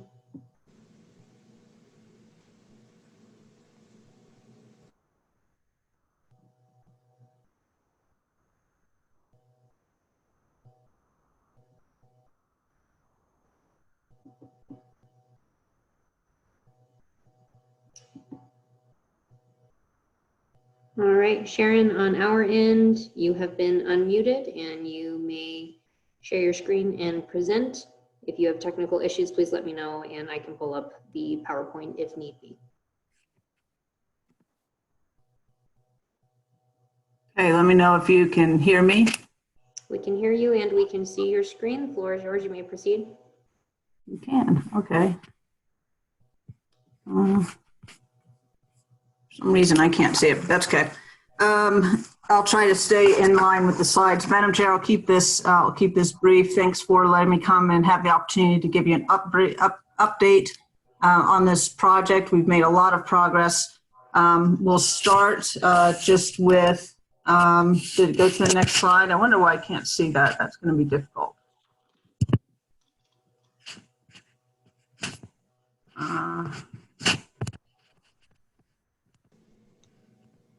Ashley, do you want to take it? Yeah, So sorry.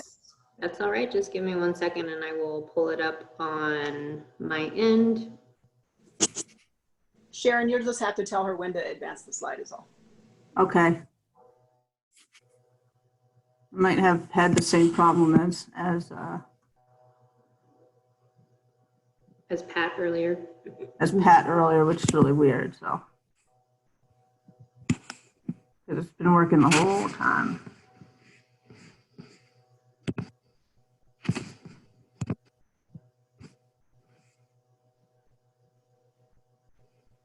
Okay, I'm going to stop your screen share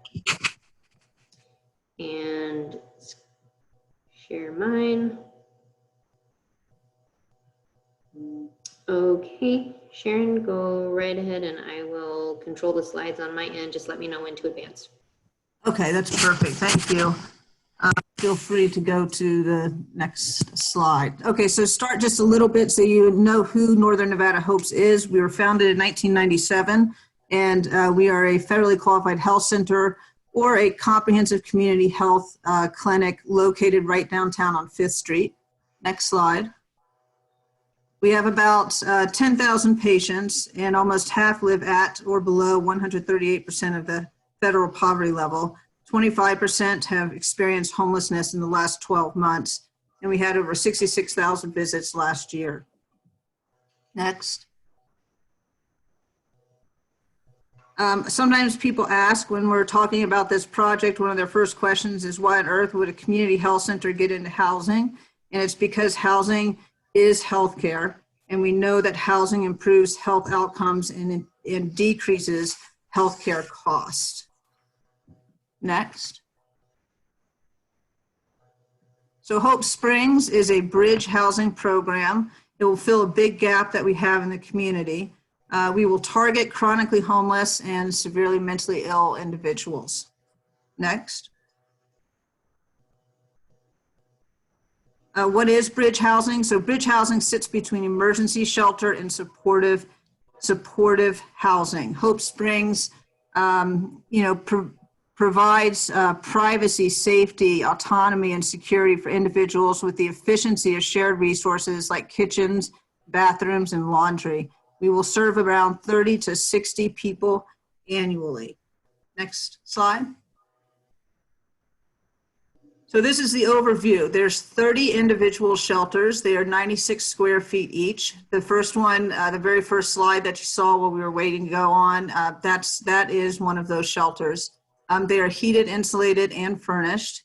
The community space has the kitchen and laundry rooms, the shower and restrooms, and then it has an area for community meetings, as well as a group room, as well as offices for case management, behavioral health, etc.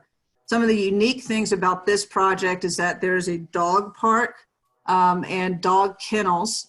We know that so many people have a hard time coming in off the streets for the first time because they have their dogs and they're not willing to give those animals up, which makes sense. I wouldn't either. And so we will have 6 units that will allow pets, and we will work with the person and their pets in order to get them up to date on shots, get them neutered, spayed, etc., as well as work on getting a good canine citizen certificate, so that when they're ready to leave into less supportive environment, they are able to bring their dog with them.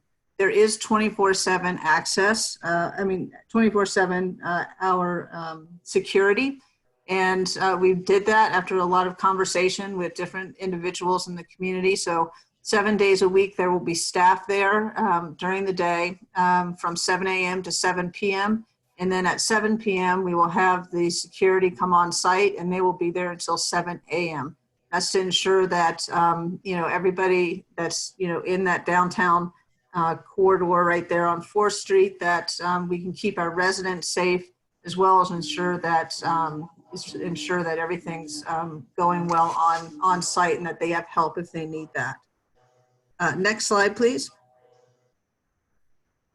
So we have some unique services that we're offering, and it's not just the primary care, the drug treatment services, the behavioral health, the psychiatry, the medication, all of those types of things. But we also have, for example, a money management program, a healthy money habits. And so this will work with individuals to learn how to, if they don't know, learn how to build budgets and how to improve their credit. We'll have a medical legal partnership program. So that's a full-time attorney that's at Hopes that will be available to the Hope Springs residents also to help them if they have any issues that are going to prevent them in being successful and finding a new place to live when they come out of the program. Next, please. Okay, so we know that homelessness not only affects the unhoused person, but also impacts taxpayers who help fund all the services that an individual can encounter, like jails, hospitals, social services, and shelters. We know that research shows that healthcare only contributes to 20% of a patient's overall health. That's why we hear so many conversations about the social determinants of health. The physical environment accounts for 40% of a person's overall health. Okay, next slide, please. I don't like to talk about people in financial ways about how much they cost. It feels like a bad way to talk about a human being, but sometimes we need numbers. So a chronically homeless individual can cost taxpayers around $35,000. If Hopes assist 60 individuals with bridge housing each year, approximately 1.2 million public dollars will be saved in our community. It's going to cost about $14,000 to provide all of the wraparound services and the housing to an individual, and that saves $21,000 in taxpayer costs. Next. This is the exciting part. This is a picture here of the construction and process. It's going so quickly. There's already a roof. So this is on your right-hand side. There's already a roof over that structure there. That's the community center. There's glass in place, doors in place, etc. But if you look over at the drawing, you can see where it's kind of yellow, pink, and blue. That's the community center that you're seeing right there. Right to the left of that is number 8, is the dog park. The pods are, each pod is 6 tiny homes, and there are 5 pods. So you can see that's where the actual individual shelters are. And then there, kind of to the right of the community center, you see the fruit trees in the garden. We're going to have a nice garden there, and nutrition classes and cooking classes. Everybody will be given a rice cooker when they come in and work with the vegetables and the fruits that we grow, and our nutritionists to learn how to make some healthy meals in there, right there on the campus. Okay, next. So there's 30 individual units, and so we just talked about 6 individuals units per pod. 4 of them are designated ADA, and we're looking at having some of them designated for veterans preference also. Next. These are the shelters. They've been built, that are complete, and they will be delivered to the campus at the end of this month, all 30 of them. Next step will be to put on the deck, put on the screen door, and put on the air conditioning heating unit into each unit. Okay, this is the outside gathering area, so it's neat. We wanted it to be very open, you know, a lot of individuals when they come inside for the first time, being inside it can be challenging also. So we wanted lots of glass. That's why we put the screen doors on all the units so that people can leave their doors open. There's a fire pit. There's a barbecue. And it's really built with the intention to create a gathering space for our residents. Next. This is the exterior of the community center. And so again, we really built that with, or designed it with an intention to create space that could foster interaction and also foster pride in the campus. The individuals, the residents that are living here will also be working on the campus, everything from the garden to assisting cleaning and assisting with repairs. We'll be providing training so that people have the skills when they leave, from everything from, you know, how to drill a hole in a wall and hang a picture to whatever it is that they need to be successful with. Okay, next. This is the interior. There's the big sliding glass doors. You can see that. So during the summer, we'll be able to have those open.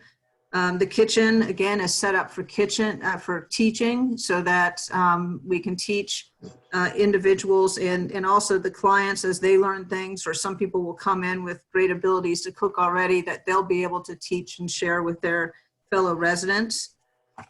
Okay, next. Project Milestones is actually started all the way back in 2017. Lisa Lee and I think Pat Cashel actually went up somewhere. I can't remember where it was now, maybe Portland, and looked at some tiny homes. And then the city came along for the next two ones, or they set up their own ones to go up, and we tagged along, and they adopted it. And thank goodness, because this is going to be a great project for the community. We were selected to run it in June 2018. We began construction in May of 2020. And we plan to welcome residents in early 2021. We will move people in at about 10 at a time. We won't have a group of 10 people all show up on the same day, but we'll get 10 people established and then we'll add the next 10. Next. The cost of the entire project is $2.5 million, with the bulk of that, of course, the community center and the site work on the land. Okay, next. We are in the middle of our capital campaign. We're in the private phase still, which means that it's not public yet. We have to have the kickoff for the public phase in October of 2020. And we think that we'll make that goal. To kick off in October, we need to have about 75% of our funds raised, or about 1.8 million. Next. We have great news. We've raised 1.2 million. We just recently were given a $400,000 anonymous matching gift. So every dollar right now is being matched up to $400,000. So we anticipate being able to raise that next $400,000 very quickly, and that will bring us to $2 million. And hopefully this will be before October. We had lots and lots of support from everything from contractors and architects to the city of Reno, et cetera. Some of our donors and sponsors to date there. Go ahead. We want to thank Reno, the city of Reno, for their donation of land and money for site prep and some future operating funds. It's helped us get where we are now today. There are opportunities still, can't leave that unsaid, for Washoe County and the city of Sparks and other government entities to support us through our capital campaign or future operating costs. And one thing that I would ask you all as we're in this phase is that if any of you know an individual or a corporation or a foundation who should hear about Hope Springs, to please reach out and let me know. That's the big part of where we are right now, raising the bigger gifts. Okay. These are our sponsorship and benefit levels. We still have the campus naming available, naming the dog park, artwork, so on and so forth. So we have lots of opportunities still available. Next. And that is it. So you can, if you have any questions or if you have suggestions or ideas, we want them. So please reach out to me or to Mandy. Thank you. Sharon, thank you so much for that presentation. It like the Sage Street dorms was just an idea that you know, some best practices that people saw in other places and creative ideas to solve problems, and the public-private partnerships made it happen. And everybody kind of stepped up a little, but that little bit will help a lot. And when these tiny homes open in January, we're going to have 250 roofs that we didn't have, you know, 2 years ago. So I appreciate everybody's work on this. And Sharon, you know that my love runs deep for this project. It has for many years, and I appreciate you sticking with it to see it come to fruition. And I'm excited that it's close. It's very, very close. You're so instrumental. Thank you. Yes. Thank you. Member Burkbigler. I want to thank you, Madam Chair, because I know this project is very near and dear to your heart. Yes. And I know you've been working on it for a long, long time. And it's these kind of projects are so wonderful because they really provide that interim housing to get people stabilized so that they can really move on and be a part of the overall community. So thank you for all you've done.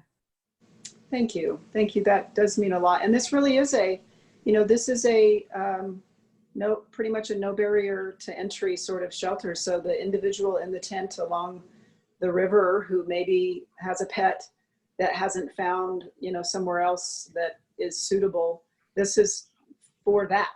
I mean, this is specifically to fit that need. And Sharon, and your wraparound services that you have laid out, talk about comprehensive, my goodness, kind of like Rise and Our Place. I mean, this really is, this could be a model that could be replicated to meet sadly a growing need. Member Dare. Yeah, I just want to say, Sharon, I mean, obviously we've been watching this come together a little bit. We've seen some of it, but it's getting exciting. And I think having different opportunities for people. And I think that's what this is about. What we've learned in studying any of this is that everyone's so individually different. Something like this could really be a big help. And so I would encourage any businesses out there, private, who could consider coming alongside. And so please keep us informed as you're doing stuff so we can invite people and things and try to get behind that. I think that it's exciting. And I do agree the wraparound portion is what we're seeing as the strongest you can do. It gives accountability, hope. And I love the garden. I love that they're got the details that you put into that, because that's part of it, is the stabilization of people's lives where they can actually start living and having hope and looking for stuff. You know, it's just important. So thank you. Good job. Yeah, great job. The detail on this, the community you're building here. Just like the Sage Street dorms, when we hear about the successes over there, it's about the friendships and the collaborations and the support that they as a community have developed and have helped them get back on their feet and move on to, you know, what their aspirations and their dreams are. So Sharon, thank you so very much. And anybody within earshot, any faith-based organization that wants to step up and sponsor something, we welcome it. Any foundation, individual, particularly with the match. I wasn't aware of that match. That's a big deal. So double your money. So appreciate that. Thank you, Sharon. Thank you. Madam Chair, at this time, as this is a non-action item, we will transition to item 10, which is also a non-action item update from Dana Searcy with Washoe County for the Built for Zero initiative, in which we will now move her over as a panelist, and she will be able to give you a brief update.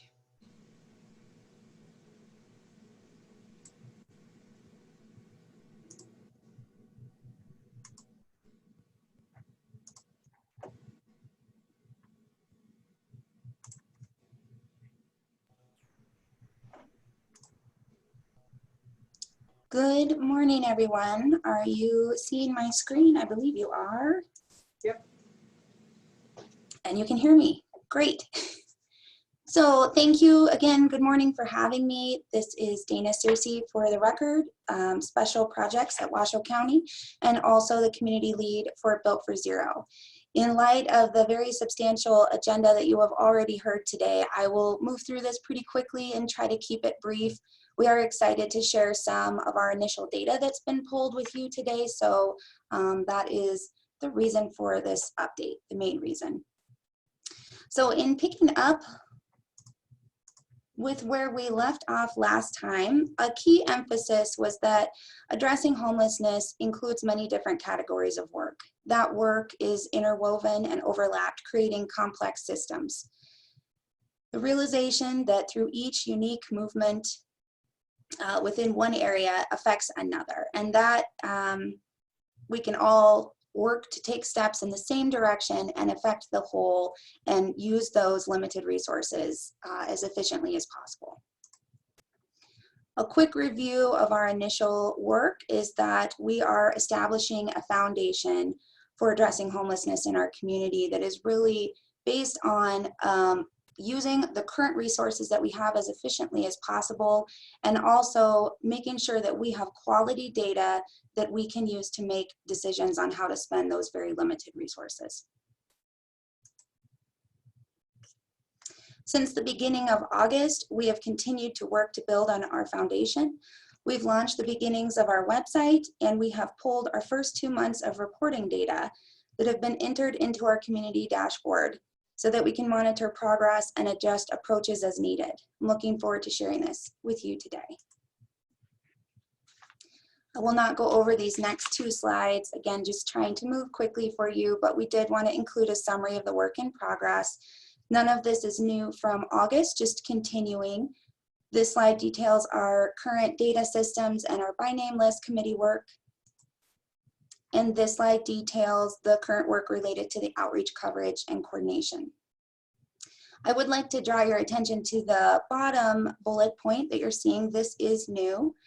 The county is beginning a partnership with Grant Denton and the Karma Box project. We have applied for a Truckee River grant, Truckee River Fund grant for a collaborative project between the county, the Karma Box project, and all of our regional committees on the Built for Zero work. We've received a recommendation that our grant be accepted by the Truckee River Fund Committee, and our next step is final approval with TUMWA this Wednesday. Assuming that we receive that approval, our project funding will be there for a year, and the idea is that this is a pilot project that'll have 2 main areas of focus. The work that will have the immediate impact is to help clean up our river through the River Stewards Cleanup Program. This will also be complemented by our longer term focus to improve the river corridor in our community through the work of Built for Zero to help by helping through populating our by name list and increasing our coordination so that we can increase those housing placements. Our website, as all new websites start, I would like to say that this is definitely a work in progress, but it is up and live. Our initial information around Built for Zero is up and available for everyone to see and monitor our progress along with the teams. I wasn't planning to share this with you today, again, just in the interest of time, but I will share the data that we've posted. Again, that website includes all of the different committees, the people who are included in those committees and all the work that they're doing, as well as our action plan and monthly data that we'll be reviewing with you each month. I was also pleased to find, as you requested, a summary of regional resources. Our Washoe County Human Services has a pretty complete, I shouldn't say complete, but a very robust list of resources in many different categories. So we've linked to that, and we will help support building that out as we can, but it is a pretty comprehensive list. And we're hoping to find capacity for those coming soon items in the near term. And then our largest effort for this month was really to pull out data for the first time from HMIS and start to dig in a little bit. While there are limitations and this data is far from perfect, it is the beginning and a huge step towards our ability to see our situation clearly. As mentioned, we've pulled reporting data for July and August out of HMIS. This graph is displaying the number of people currently experiencing homelessness in Washoe County during the months of August and July. As I mentioned, there are limitations. The data presented today includes people in HMIS who have been actively enrolled in a program or service in the last 90 days. This data does not include people receiving any service through a program that is not actively using HMIS for tracking. An example of this includes a lot of the veterans programs and also GoodGrid. There are currently efforts with both of these underway to be able to include all the data in here. Earlier you heard, and you'll see it a little later in our inflow and outflow numbers, you heard Jennifer during the Our Place presentation mention that they've placed quite a few people into housing. Those numbers are not represented here today because we only pulled out of HMIS. So that's the next step, is to make sure we can include all of the systems that are being used for tracking. The data also does not include anyone receiving services that are tracked, that are not tracked, or anyone that is living along the river or elsewhere in an encampment and they are not receiving any services. So if an individual has not had contact at a program that uses HMIS for tracking within the last 90 days, they are not included in this number. So you can see we have some work to do there to make sure that we can get to a more perfect number and a more accurate number, but this is a real look at what's currently in the system in the last 2 months. It's a pretty high number. And I guess, you know, I would just ask that you have patience with us as we work through it. Part of this is to start somewhere, and I know that we're all grateful on the team to have this, and then we can start moving forward. This next graph displays the days, displays the length of time from identification of someone experiencing homelessness to housing. This number is calculated for anyone housed either through a referral or exiting to a permanent destination within a specific month. The number displayed equals the average number of days from the time those individuals were identified as being homeless to the time that they were housed. So for example, if we had 3 individuals this month housed in August, then the average time of those 3 individuals is what we are seeing, and that is currently identified here, if we're looking at this example of veterans, as 1,708 days. It's quite a long time, and that is a number that we're really not sure. It's alarming. And it just leads us to more questions. Are they high because people are being housed outside of the HMIS placement system? For example, the Our Place numbers that they mentioned, they have their own system for placement. So that's why we need to make sure that we're incorporating those numbers as well. And veterans as well, they have their own system. Are they high because we don't have enough capacity and we are not able to move people quickly into housing, which we all have identified that's definitely part of the concern. Or, you know, is that capacity not in alignment with what we need? We have a lot of housing beds that have very specific criteria. And as we've mentioned before, that community inventory that we want to do about beds and criteria, and then pairing that up with this data that we're going to be able to show month after month to you, will really be able to tell whether or not the beds that we do have available are aligned with our need in our community.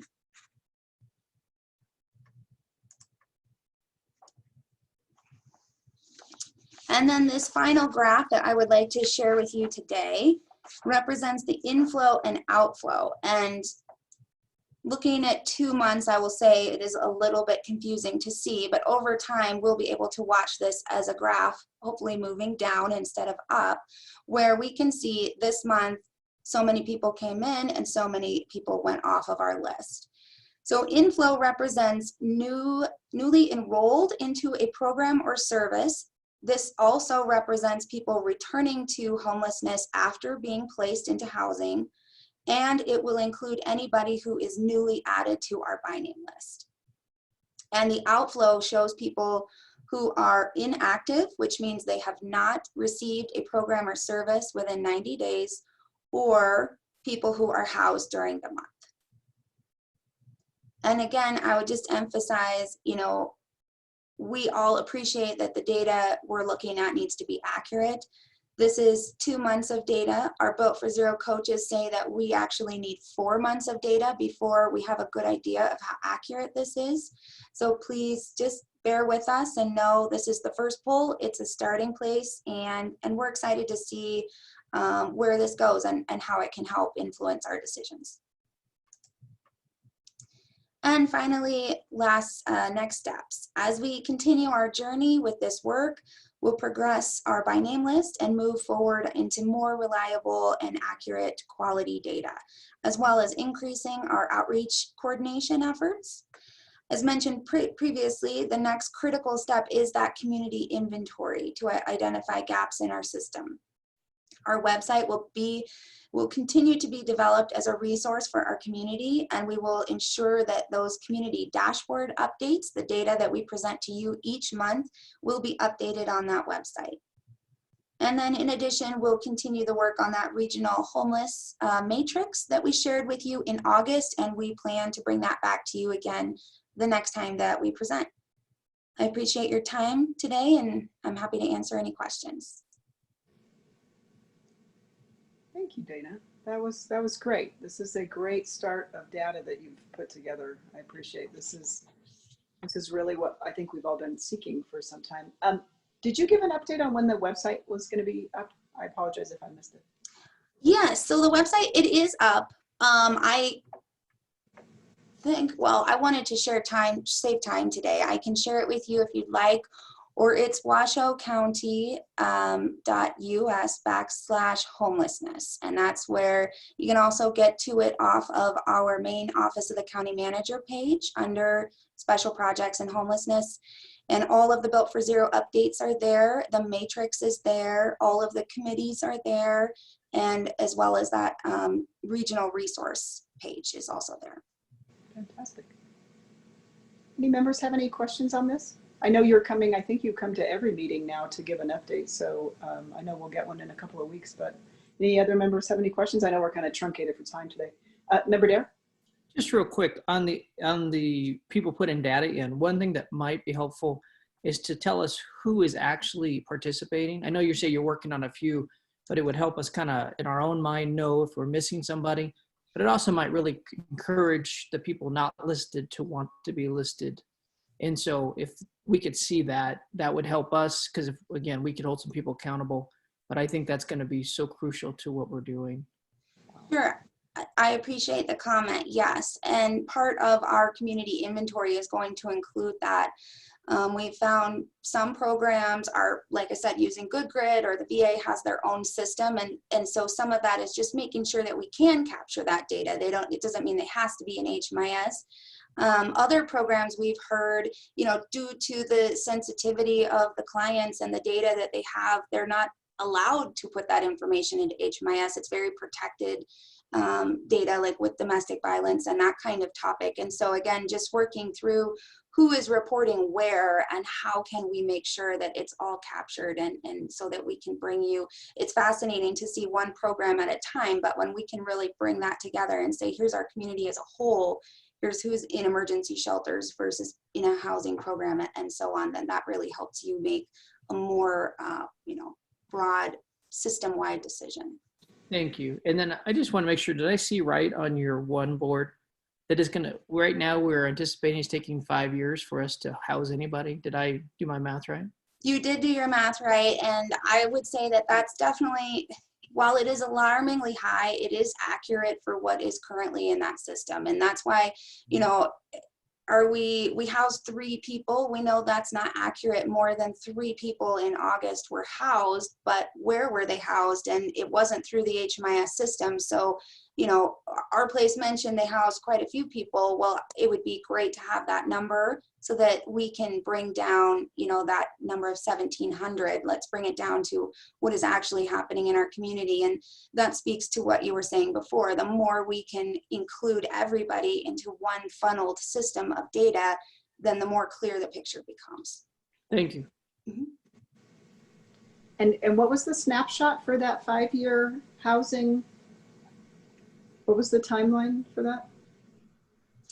This graph shows the average number of days that it takes an individual from the time that they are identified as being homeless to the time that we house them in a program, that we're able to house them.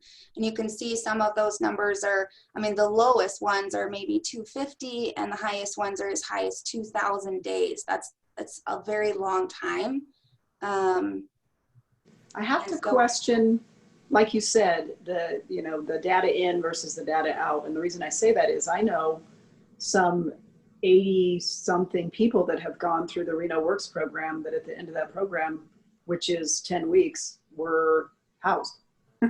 So, and that, that's a 12-week program that from being homeless at the beginning to housed at the end, I have to question if that data is accurate.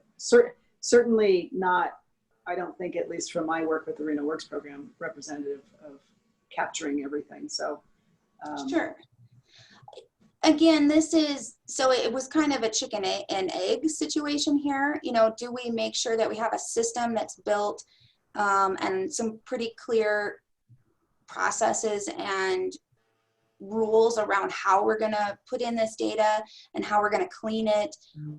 Do we do that first, which is what we chose to do, versus going out and collecting all this data and then having no place to put it? So we chose to use the HMIS system because that's what our local continuum of care uses. That makes the most sense for us to use as this kind of core database that we're going to start with. And so now the task is to go out and to see, here are the 12 programs that are currently reporting into HMIS, and that's the data that you're seeing today. Here are all of those other programs that are out there that are having successes, but that information isn't currently in HMIS. And so that's what you're going to start to see over the next couple months, is that these numbers will start to evolve, and will hopefully in the next, like I said, those coaches that we're working with say it usually takes 4 months or so to know how accurate it is. So maybe in another 2 or 3 months, we'll be able to get to a place where we have a better idea of what it really looks like.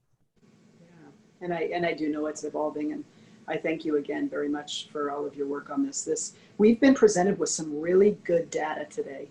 Kind of excites me, from everything from VOA to this. I mean, it really has been exciting. The thing that's concerning within that data, though, is we're seeing our homeless numbers, I mean, in a month's time went up 30-something individuals.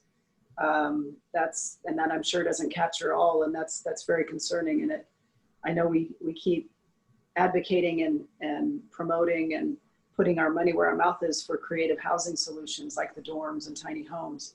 We just need more of them.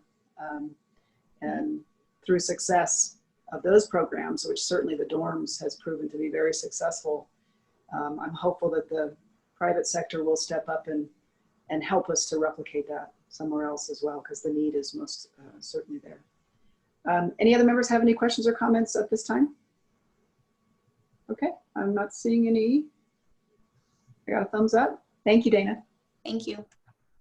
Madam Clerk, where are we? Madam Chair, with that, we are transitioning to item 14, which is general closing public comment. This is reserved for items that were received after 4 p.m. on close of business on Friday. It should be noted for the record, as you indicated, this board received an email from Laura Smith with concerns regarding purchasing tents for the Governor's Bowl versus renting them. That information was sent to this board directly. I have a copy of it for the record. Additionally, public comment was received from our online public comment system from Barbara Graffius. She's concerned about a homeless camp next to the railroad tracks on 4th Street and McCarran and Keystone. This information has been submitted to the board via email through this meeting for your review. That will also be lodged in the record for general closing comment. With that, Madam Chair, you have no further general public comment, and you would be looking for adjournment if there are no closing items from this board. Thank you very much, Madam Clerk, and thank you, board members, for all of your input on this. And I think the written question, we can probably get answered. I don't think Arlo touched on it today, but maybe at our next meeting, he can answer the strategies behind sort of the rent to own or the rental over the purchase and the rationale behind that. And I think for this board, just my closing comment is we had and I'll be quick, I know we're already over time. We had a retreat recently for the Downtown Reno Partnership to talk about issues in our downtown and kind of trends. The gentleman that oversees the ambassador program that oversees them in 100 cities across the nation said that they are seeing a 64% increase in homelessness and homeless related calls for service in cities that is directly tied to COVID. So what we're experiencing here in our city is sadly not unusual, and many cities are in the same struggling situation that we're in. I know that's not comforting to anybody, but know that it's happening in many cities. So I thought that was important information to share. Member Burkbigler. Thank you, Madam Chair. I just wanted to take a very brief moment and thank the City of Reno for providing Grant Denton office space, as I understand you guys did. And we, of course, from the county have received the grants to fund his river cleanup projects. Additionally, we're going to provide him with some golf carts, some of the older golf carts, so he can, they can assist them with the cleanup of the river and with bringing out homeless who are injured or whatever in the project. And so I think this is a classic example of governments working together for the betterment of our citizens. And so I wanted to take the opportunity to let everyone know that this project is really moving forward along with all the other things we're doing on homeless. And I appreciate Reno's willingness to step forward and provide him an office, so he's not running back and forth to the county office all the time. And I think that's going to be a great project to get the river really cleaned up, which is dire, and we need to do that. So thank you guys for all you're doing, and Sparks, of course, always with you guys, because I know you're always involved in this. And even though the majority of the river cleanup needs are on the Reno-Washoe County side, not on the City of Sparks side, I know you guys are working on this project with us also, and I thank you guys all for it. So good job. We're moving forward. It's actually working. Thank you, Marcia. That I agree. Grant is an incredible. I was down there with him Friday ago. He has such an incredible relationship with those without shelter, and the trash situation, while not great, is better. And he's got a great system down, and the City of Reno and Washoe County working together on that. I appreciate it. He's a gem for our community for sure. So thank you. Okay, with that, motion to adjourn. I got a thumbs up and I think a motion to adjourn. All right. Thanks, everybody. We're adjourned. Thanks, guys.